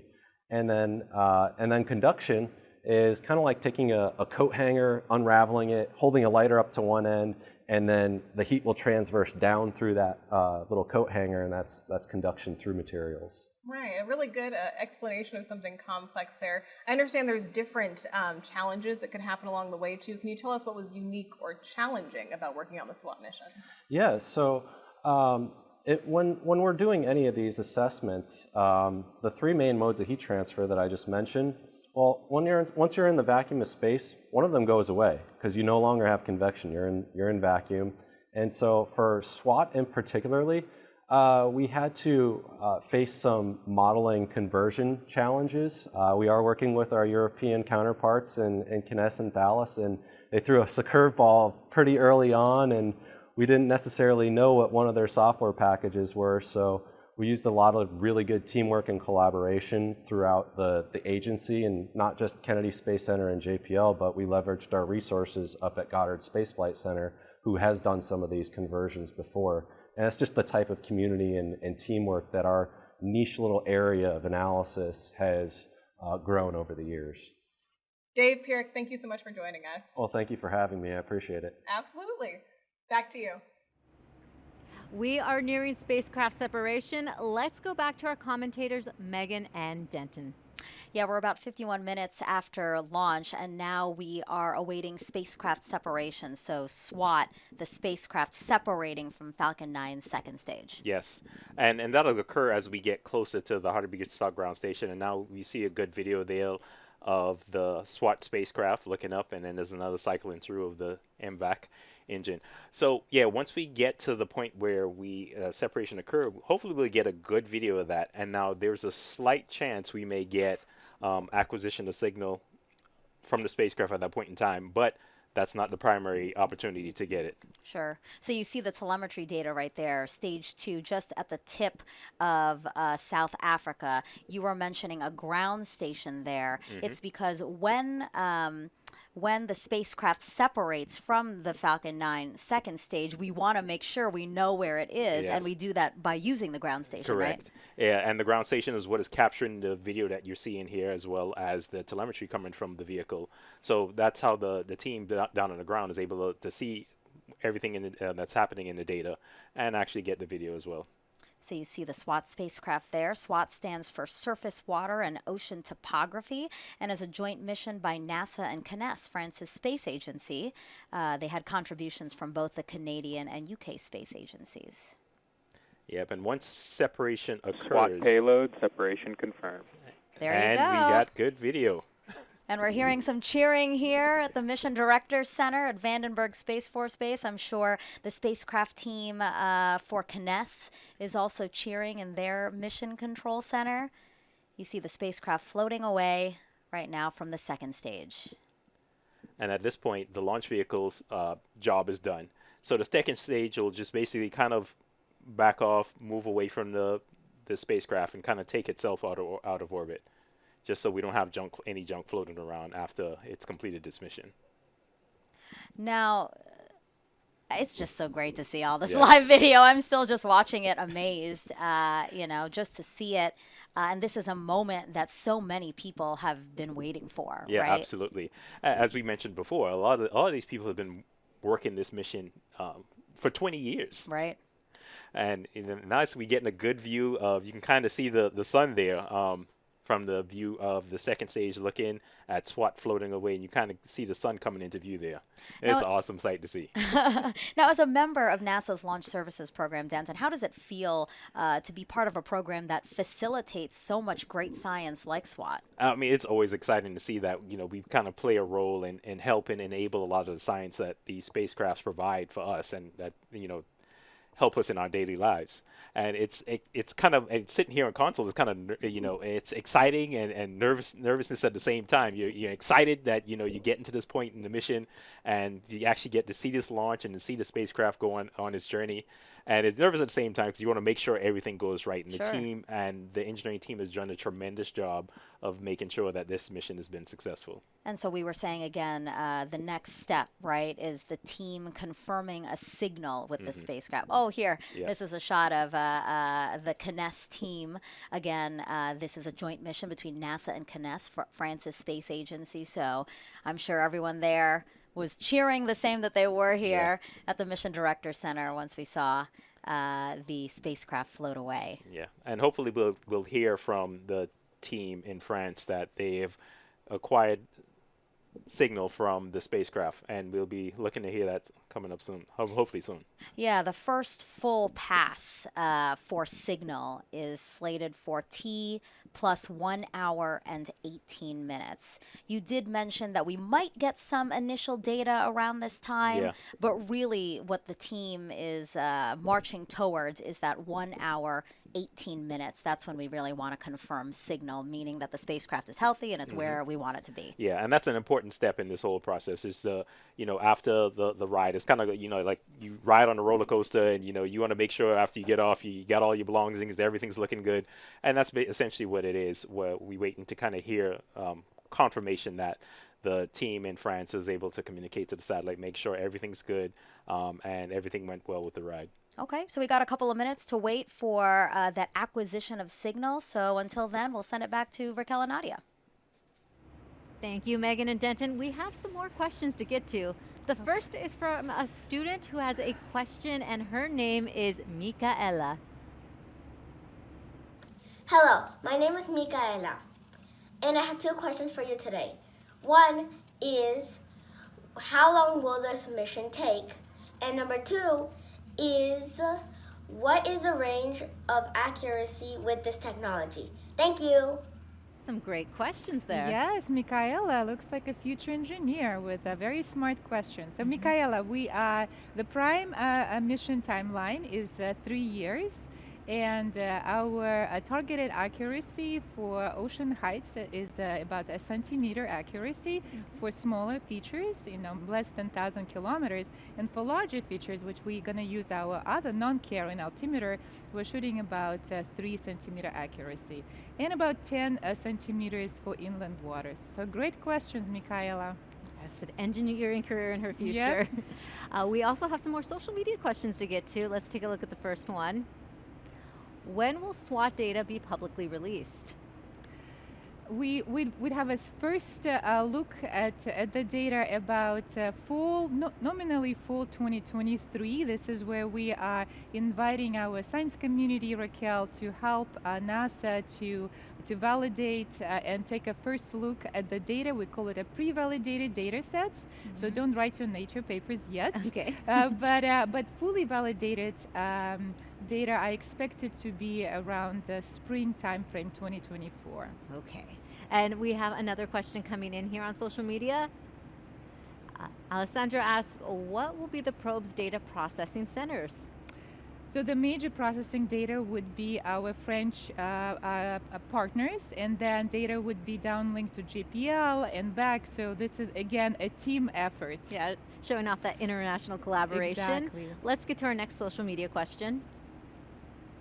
Will it measure ocean depths at what resolution? Ocean depth, we're actually, I have a few scientists on the science team who are looking at the seamounts and bathymetry using SWOT, and they are also excited to see and discover thousands of new mountains on the bottom of our oceans. So yes. Let's get to the next question. Is there more water in the atmosphere of Earth than there is on all the surface of oceans on Earth? What amount if subterranean water is unknown currently? They're really asking you tough questions. Yes, and I think maybe they just was excited with our demonstration. So most of the water is, of course, located in the ocean. We just saw it in this hour gallon. And the only tiny portion of the Earth global water cycle is contained by the atmosphere. So atmosphere cannot hold a lot of moisture, and but it's very effective at transporting water between the ocean and land. Great, thank you, Nadia. Now, if you have a question to ask, post your question online with the hashtag #TrackingWorldWater. You did a great job answering those. SWOT will create the first comprehensive global survey of freshwater lakes, rivers, and reservoirs from space.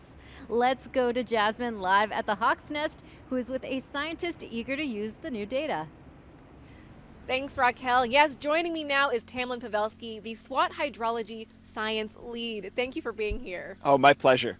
We are so excited, especially after seeing that spectacular launch, Tamlin. And right now, scientists really have to trek into the field to understand the data from rivers and lakes. Tell me, how is SWOT going to change that? Oh my gosh, it's going to change it so much. So, right now, if I go into the field for a field campaign, I might be able to go and measure a couple of rivers, a few dozen lakes. SWOT is going to be able to see lakes all over the world in places I can't even get to, where it's just impossible. And so the kind of science that we're going to be able to do with SWOT is just orders of magnitude above what we can do with just data on the ground. That said, even more powerful is going to be combining the kinds of measurements we can make on the ground with the groundbreaking measurements we'll make with SWOT. Exactly, so we're combining kind of the methods that we've already used with some new things from Exactly. SWOT. That is so exciting. And what are you most excited, what measurements are you most looking forward to from SWOT? So I think I might be most looking forward to SWOT's measurements of lakes. So we're going to be able to measure simultaneously the water level in lakes and the area of lakes. We'll be able to see changes in volume. And we're not just going to be able to see that in a few lakes, right? Right now, maybe we can see a few tens of thousands of lakes using on-the-ground data.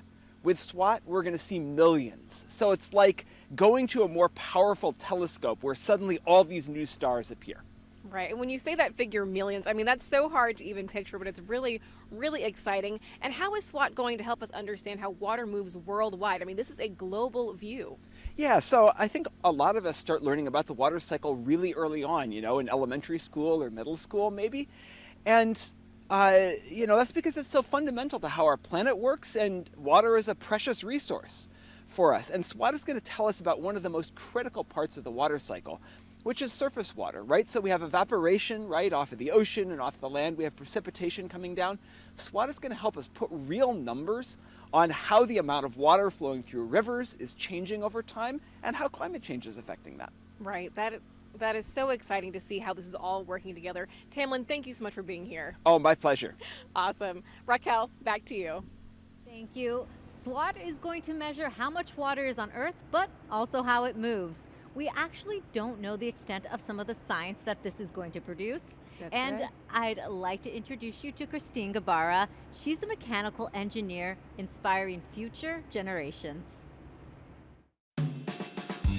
Coming to work every day, it's always really nice to know that the system that we're building will collect science data that will be spread publicly, that the data will help people.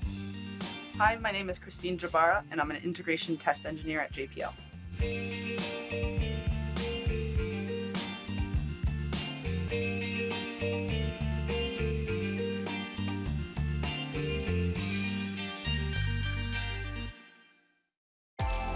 SWOT is an Earth orbiting satellite. It stands for Surface Water Ocean Topography, and it'll give us more accurate data on how the water levels, the freshwater and the saltwater levels, are changing with time.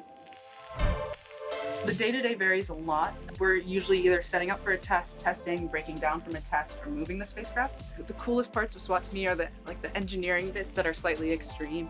So I've really enjoyed working on the deployable antennas. It's nerve-wracking, but it's a well-rehearsed dance. And when the antennas actually deploy, they're really beautiful. They're moving slowly and intentionally, like a butterfly.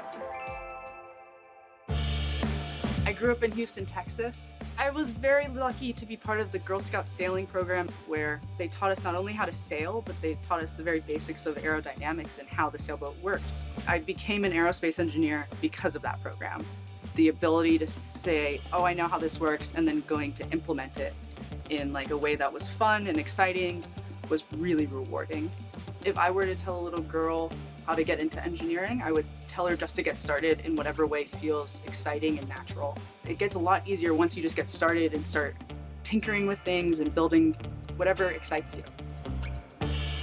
It's not lost on me at all that I grew up sailing and I still love the water, and the spacecraft that we're building will help us track our oceans and our lakes and our rivers. Hopefully we'll be able to sail for much, much longer in beautiful blue waters.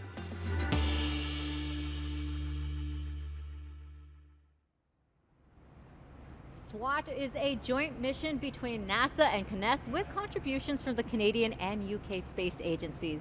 Joining us now is Caroline Laurent, the Director of Orbital Systems and Applications at CNES. Thank you for joining us today. Hi everybody. Hi, Caroline. What does it mean to finally see this satellite in space? Well, it's so great. It's such an experience. What I'd like to say is I'm so proud of everybody. I'm proud of the French teams, of course, of my teams from CNES and Thales Alenia Space, but I'm also so proud of our collaboration. And of course, this success is due to our common teams and to NASA, JPL, and SpaceX. I want to congratulate everybody for this incredible launch. And I'd like to say I'm really proud to see what international cooperation can achieve together for the common good. So it's a great day. Yes, and there's lots of activity still happening here at Vandenberg Space Force Base.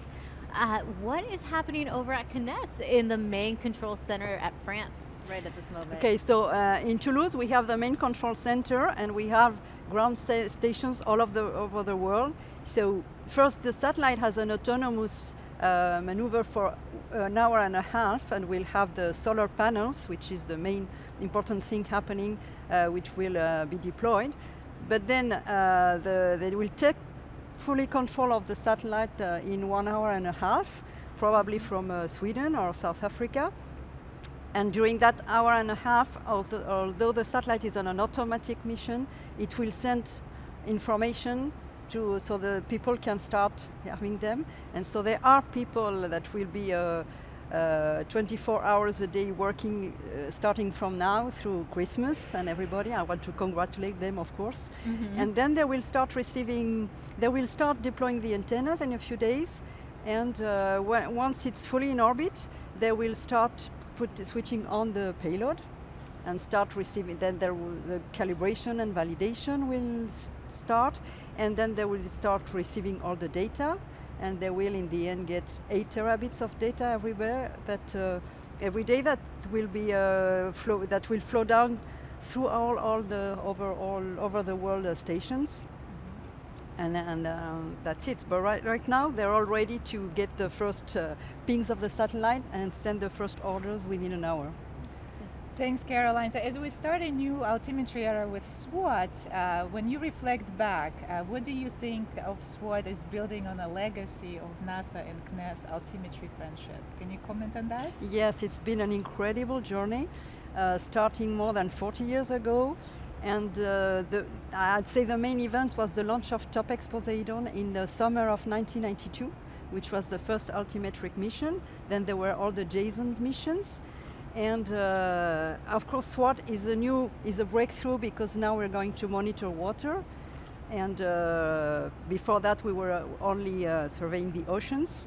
So that's a major breakthrough, and that to monitor globally all over the world the water is really important for our world for the next decades. And as I said at the beginning, I mean, it's an incredible collaboration. We have also Canadian and British friends working with us together.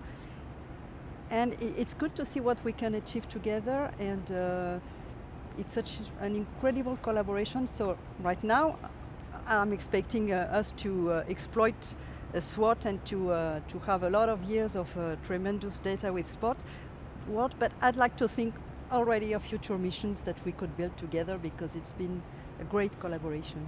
Thank you, Caroline. Caroline, Yes. thank you for joining us. Well, the SWOT satellite can see rivers that are wider than 330 feet. That's about the length of a soccer field. Cedric David, a hydrologist who studies the world's rivers, shared his unique connection to water.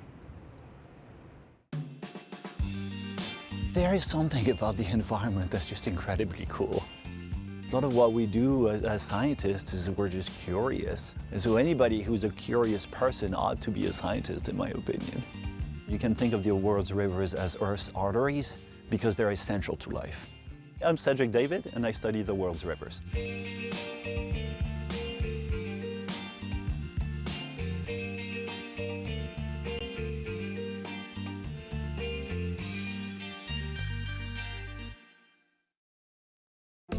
SWOT is a mission that is specifically designed in part to observe rivers, and it's also being designed jointly by NASA and the French Space Agency.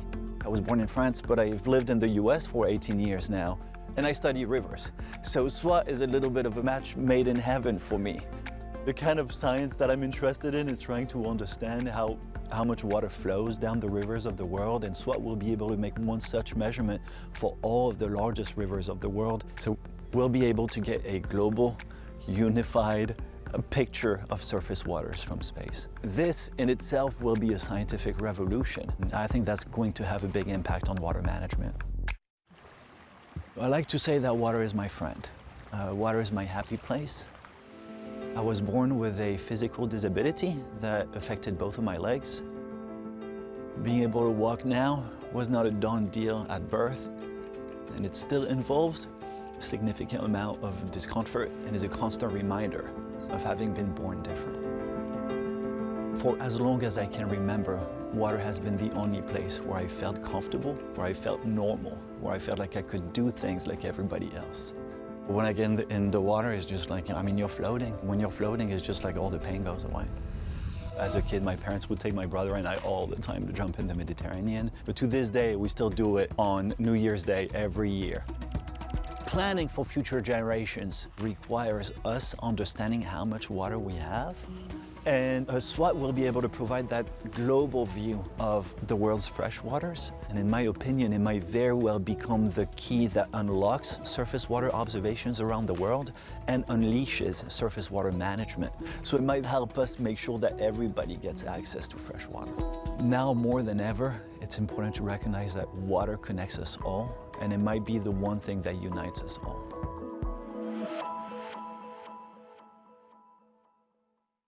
We have some more questions to answer, and before we get to the social media questions, we have one from Easton.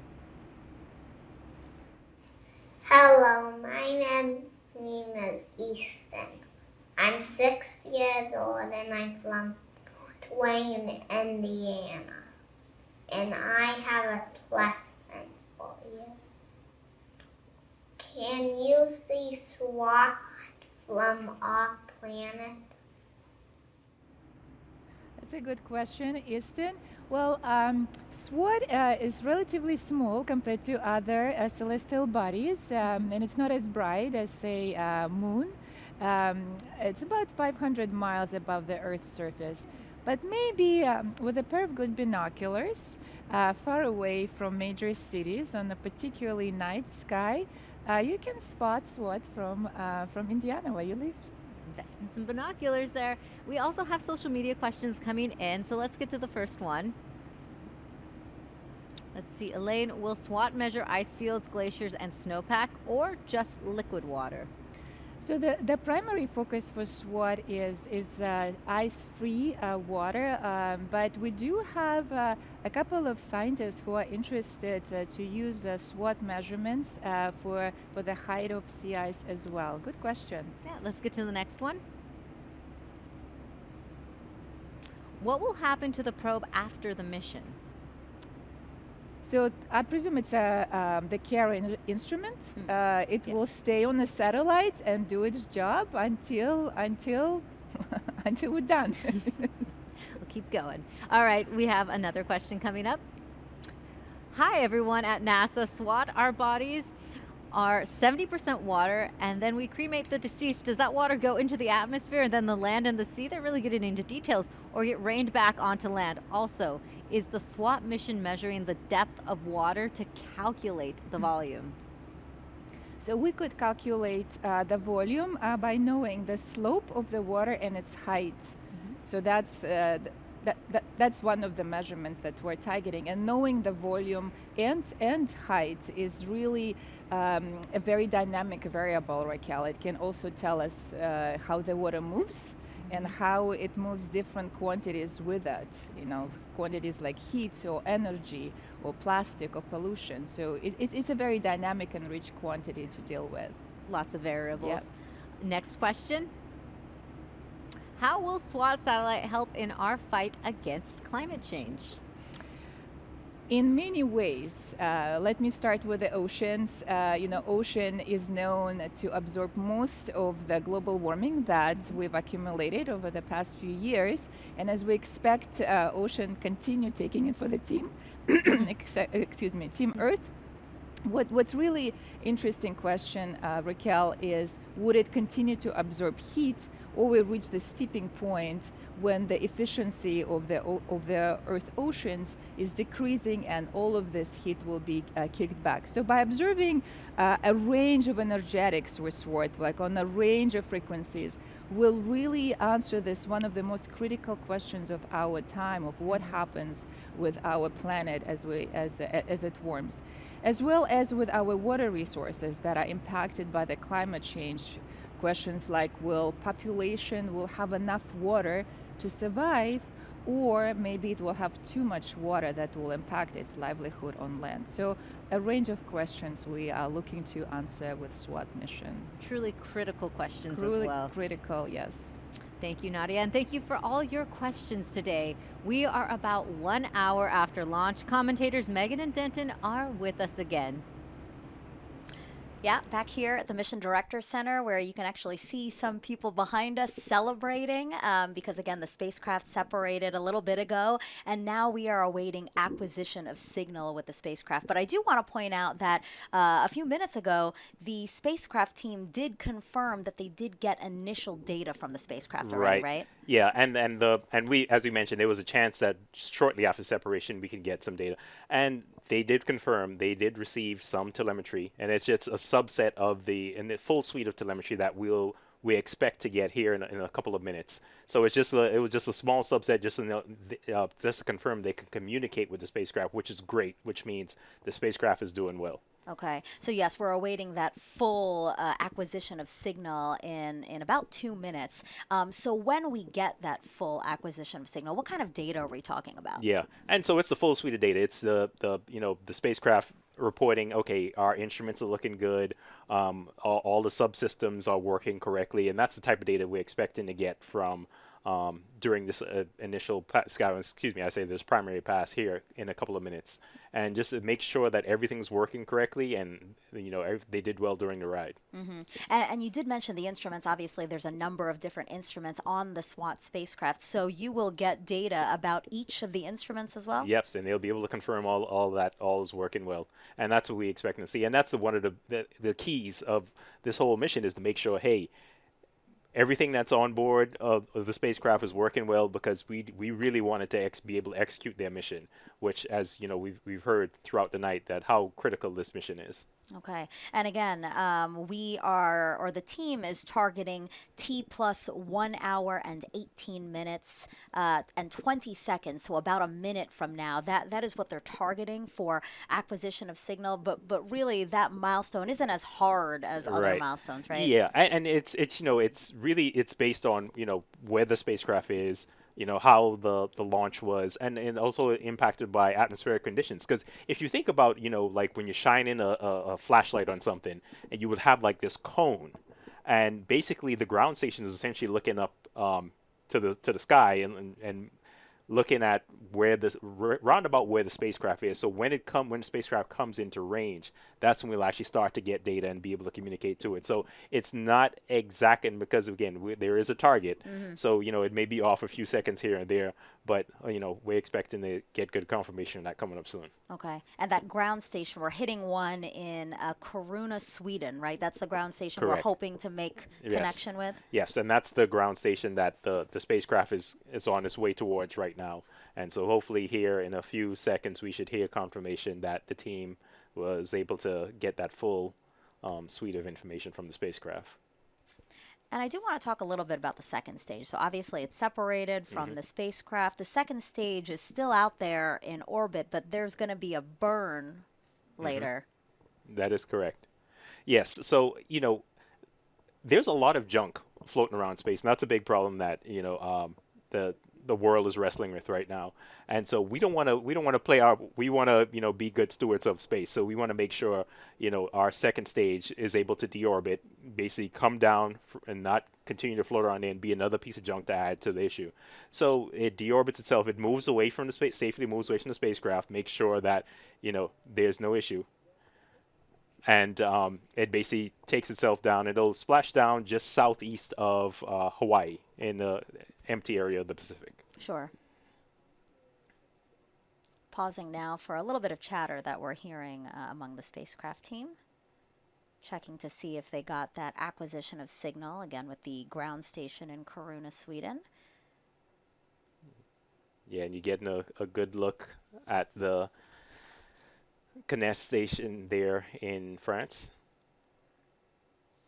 SWOT, a joint mission between NASA and CNES, so we're listening into both teams, our NASA teams and also the CNES team.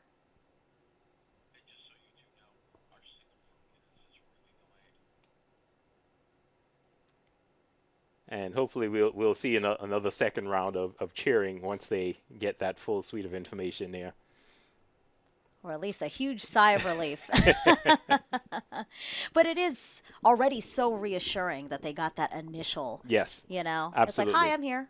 Yes, and that's it's huge, because your spacecraft is working well after the ride up to space. Yeah, I guess that initial acquisition, could be said as like, hi, I'm here, and then the full one is like, okay, now I'm ready to work, right? Is like, now I'm checking out myself, I'm checking all my subsystems. Hey, here's all the information you need to say, okay, we're working good, and we are ready to start our mission.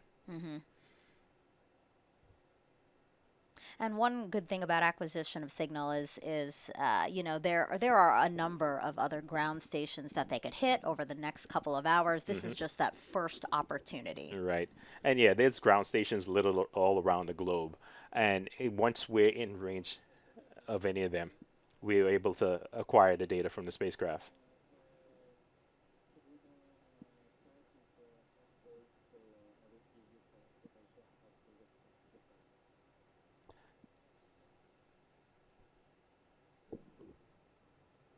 So right now we're pausing for listening to some spacecraft chatter.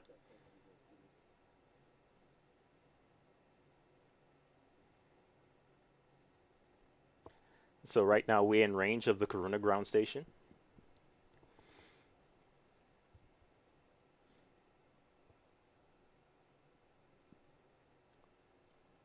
And we're hoping to get good confirmation that the spacecraft is able to acquire that full suite of data from the spacecraft.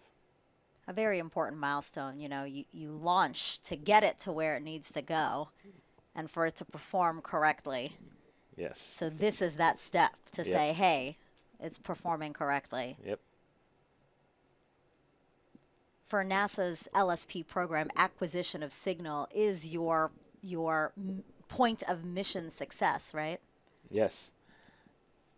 Yes, and that is the point that we know that the spacecraft, the launch vehicle has done its job, and we just need to get that confirmation that the spacecraft is doing well. And this is the point in time where, we waiting to kind of get that thumbs up from the spacecraft, say, hey, we're good, the spacecraft's looking good, and we're ready to start our mission.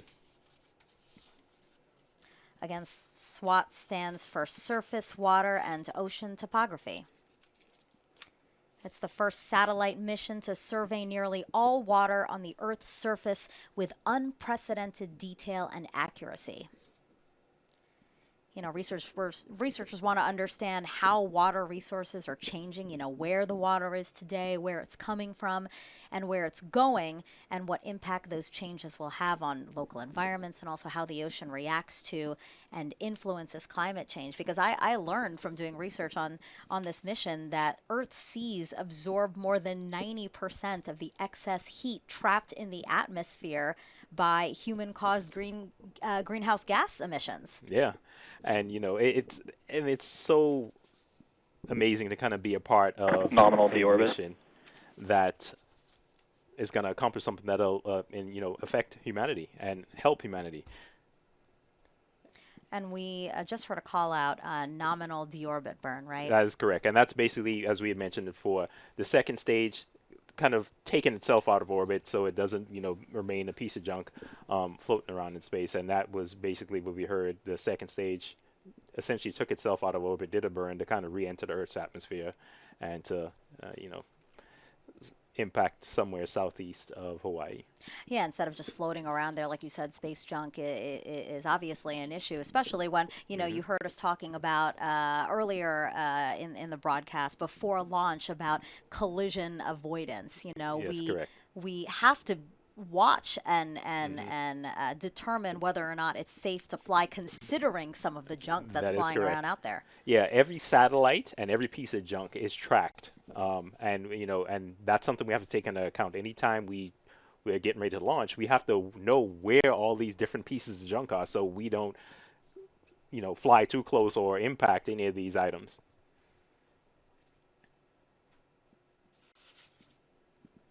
And there's a look at the NASA management team, all waiting around, hopefully getting that confirmation from France that their full passes went well and they're able to acquire all the data required from the spacecraft. Yeah, as you said, we are within range of the ground station we're trying to hit in Kiruna, Sweden. We now hear CNES over the audio loops, trying to contact our NASA team.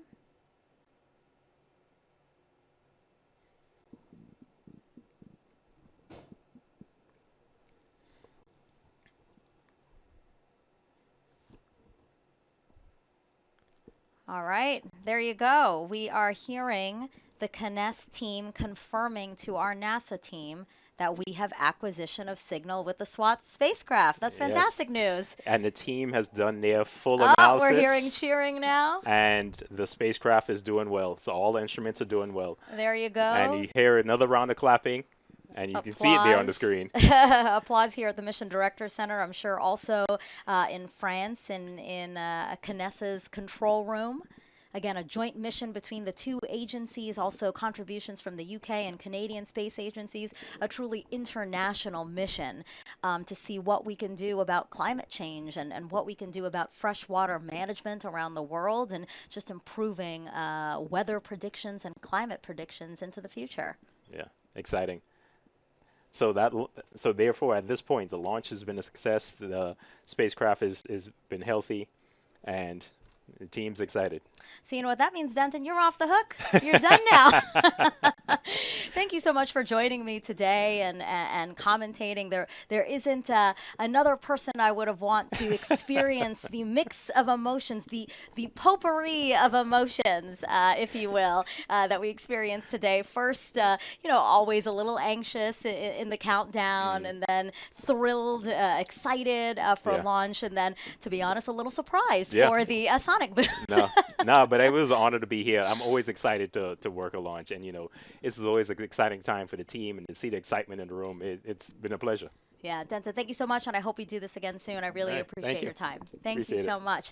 Okay, so we're going to send it back to Raquel and Nadia, and then you're going to come back over here because I want to introduce you to a very special person for today's launch. And to echo in her sentiments, thank you, Denton, for everything today. And Nadia, there was a round of applause for you here too when there was acquisition of signal. Oh, thank you, and it was just such a nice thing for SWOT to say hello to all of us, that it's doing well. Hello back. Hello, absolutely. SWOT will help scientists see the Earth's water in high def. And Nadia, you have been anxious to put on what you have been calling the SWOT goggles. That's right, Raquel. Let's do it. Okay, we got them so on. We're calling it a SWOT goggles, and they are magic glasses that allow you to see Earth water in a super high definition, just like when you go from your old VHS tape to the plasma TV 4K resolution. And what it does is that just brings a lot of excitement to the scientists that we're going to see Earth water like we've never before. Just think of James Webb Telescope and what it looked at the universe with this clarity and definition like never before. So let's just do a little bit of a demonstration. Like imagine this is the wave, that this is how we see it now, as a mean flow, kind of a little bit of blurry picture, but you can see the shape of the wave so far.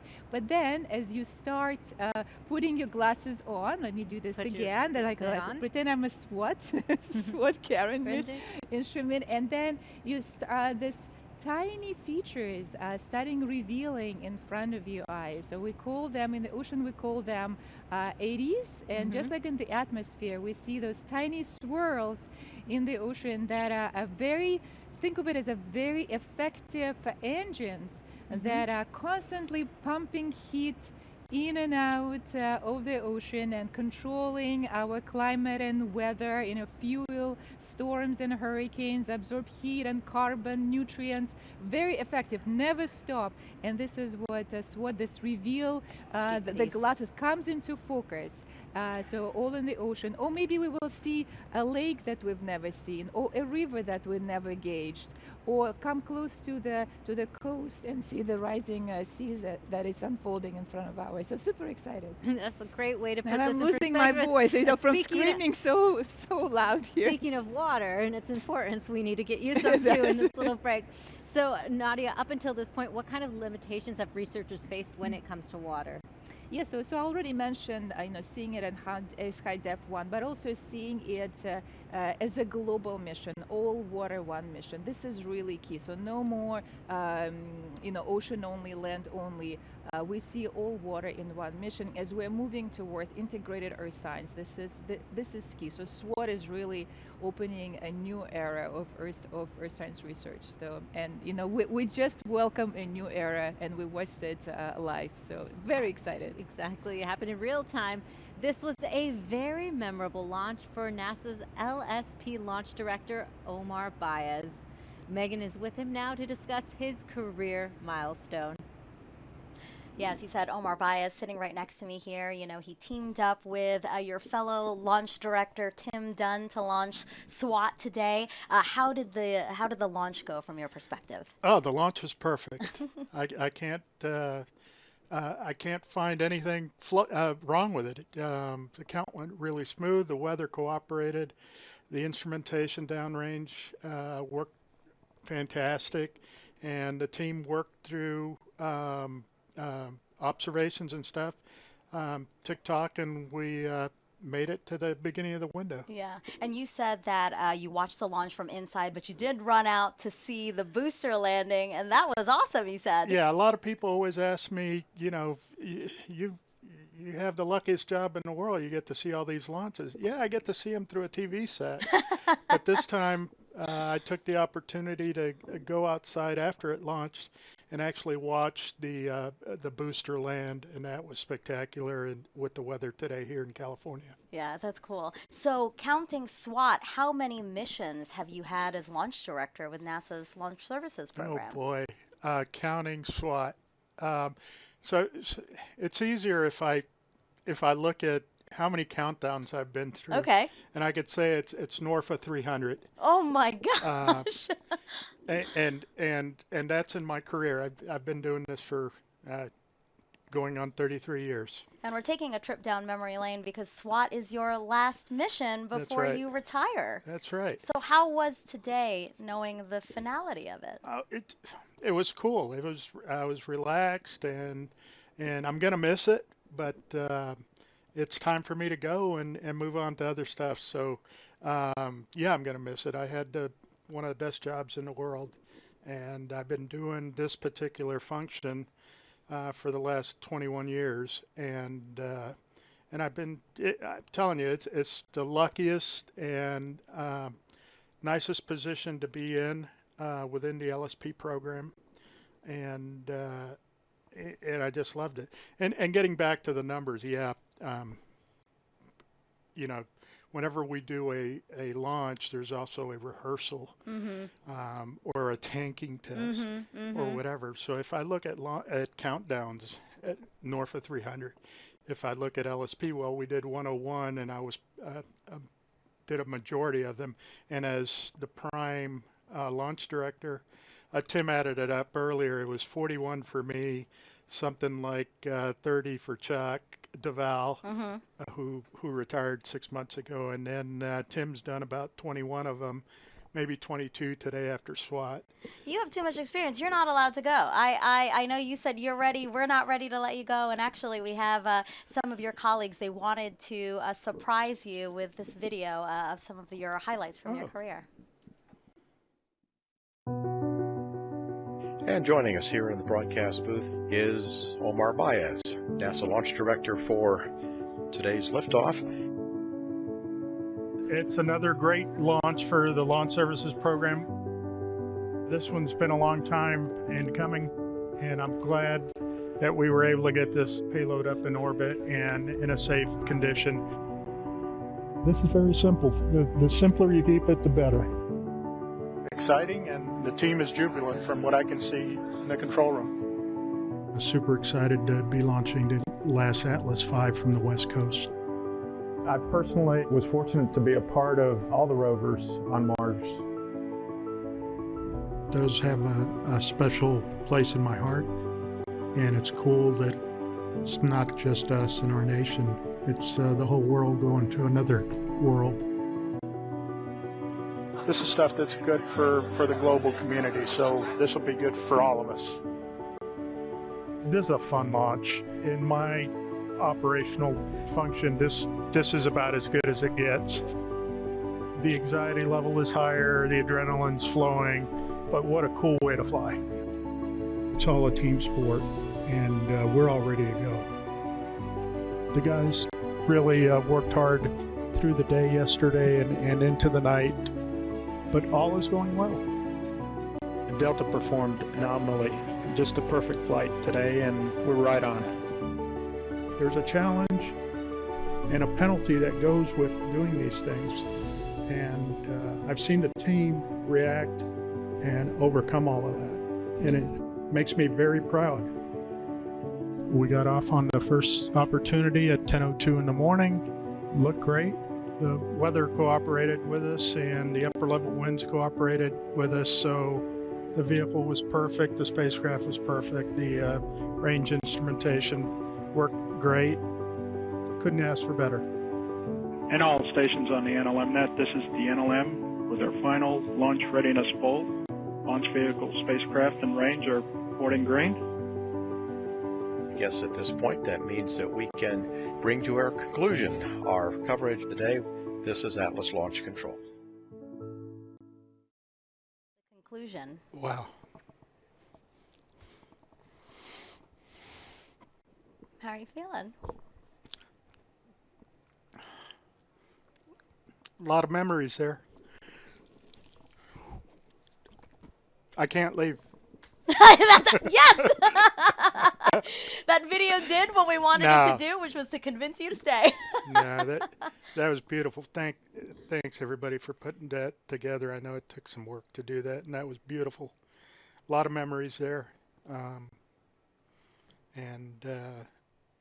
You know, that's our family, the traveling circus. You know, just to know that you've played such a role in so many historical missions and made such great friends throughout the way, enough to call them a family, you'll be missed. Absolutely, Omar, you'll be missed. And I'll miss them. That's, you know, this job takes a lot out of you because of the travel. But, you know,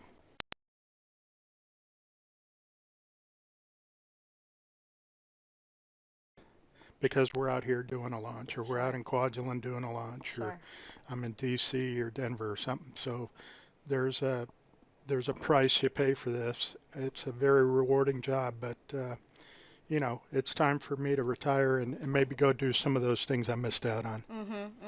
So again, hard to see you to leave, but you definitely deserve a wonderful retirement, and we wish you all the best, Omar. Thank you. Thank you so much.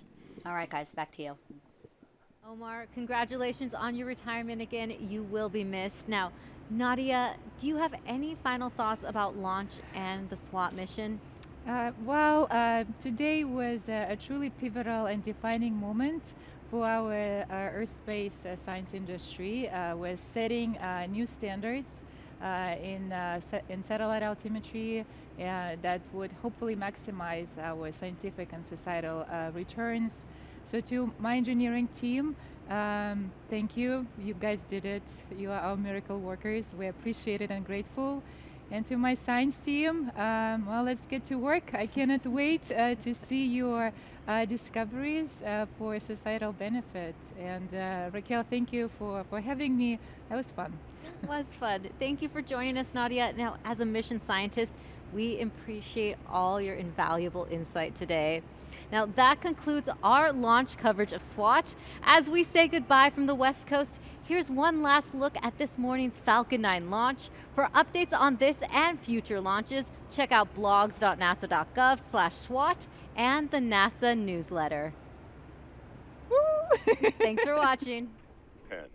9, 8, 7, 6, 5, 4, 3, 2, 1.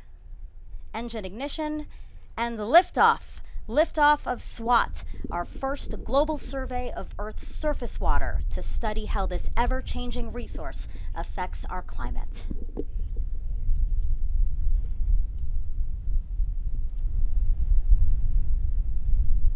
And there we get a nice view from the ground camera, and also we switch to the onboard camera. Now, Denton, you didn't go outside to see the launch, but now we're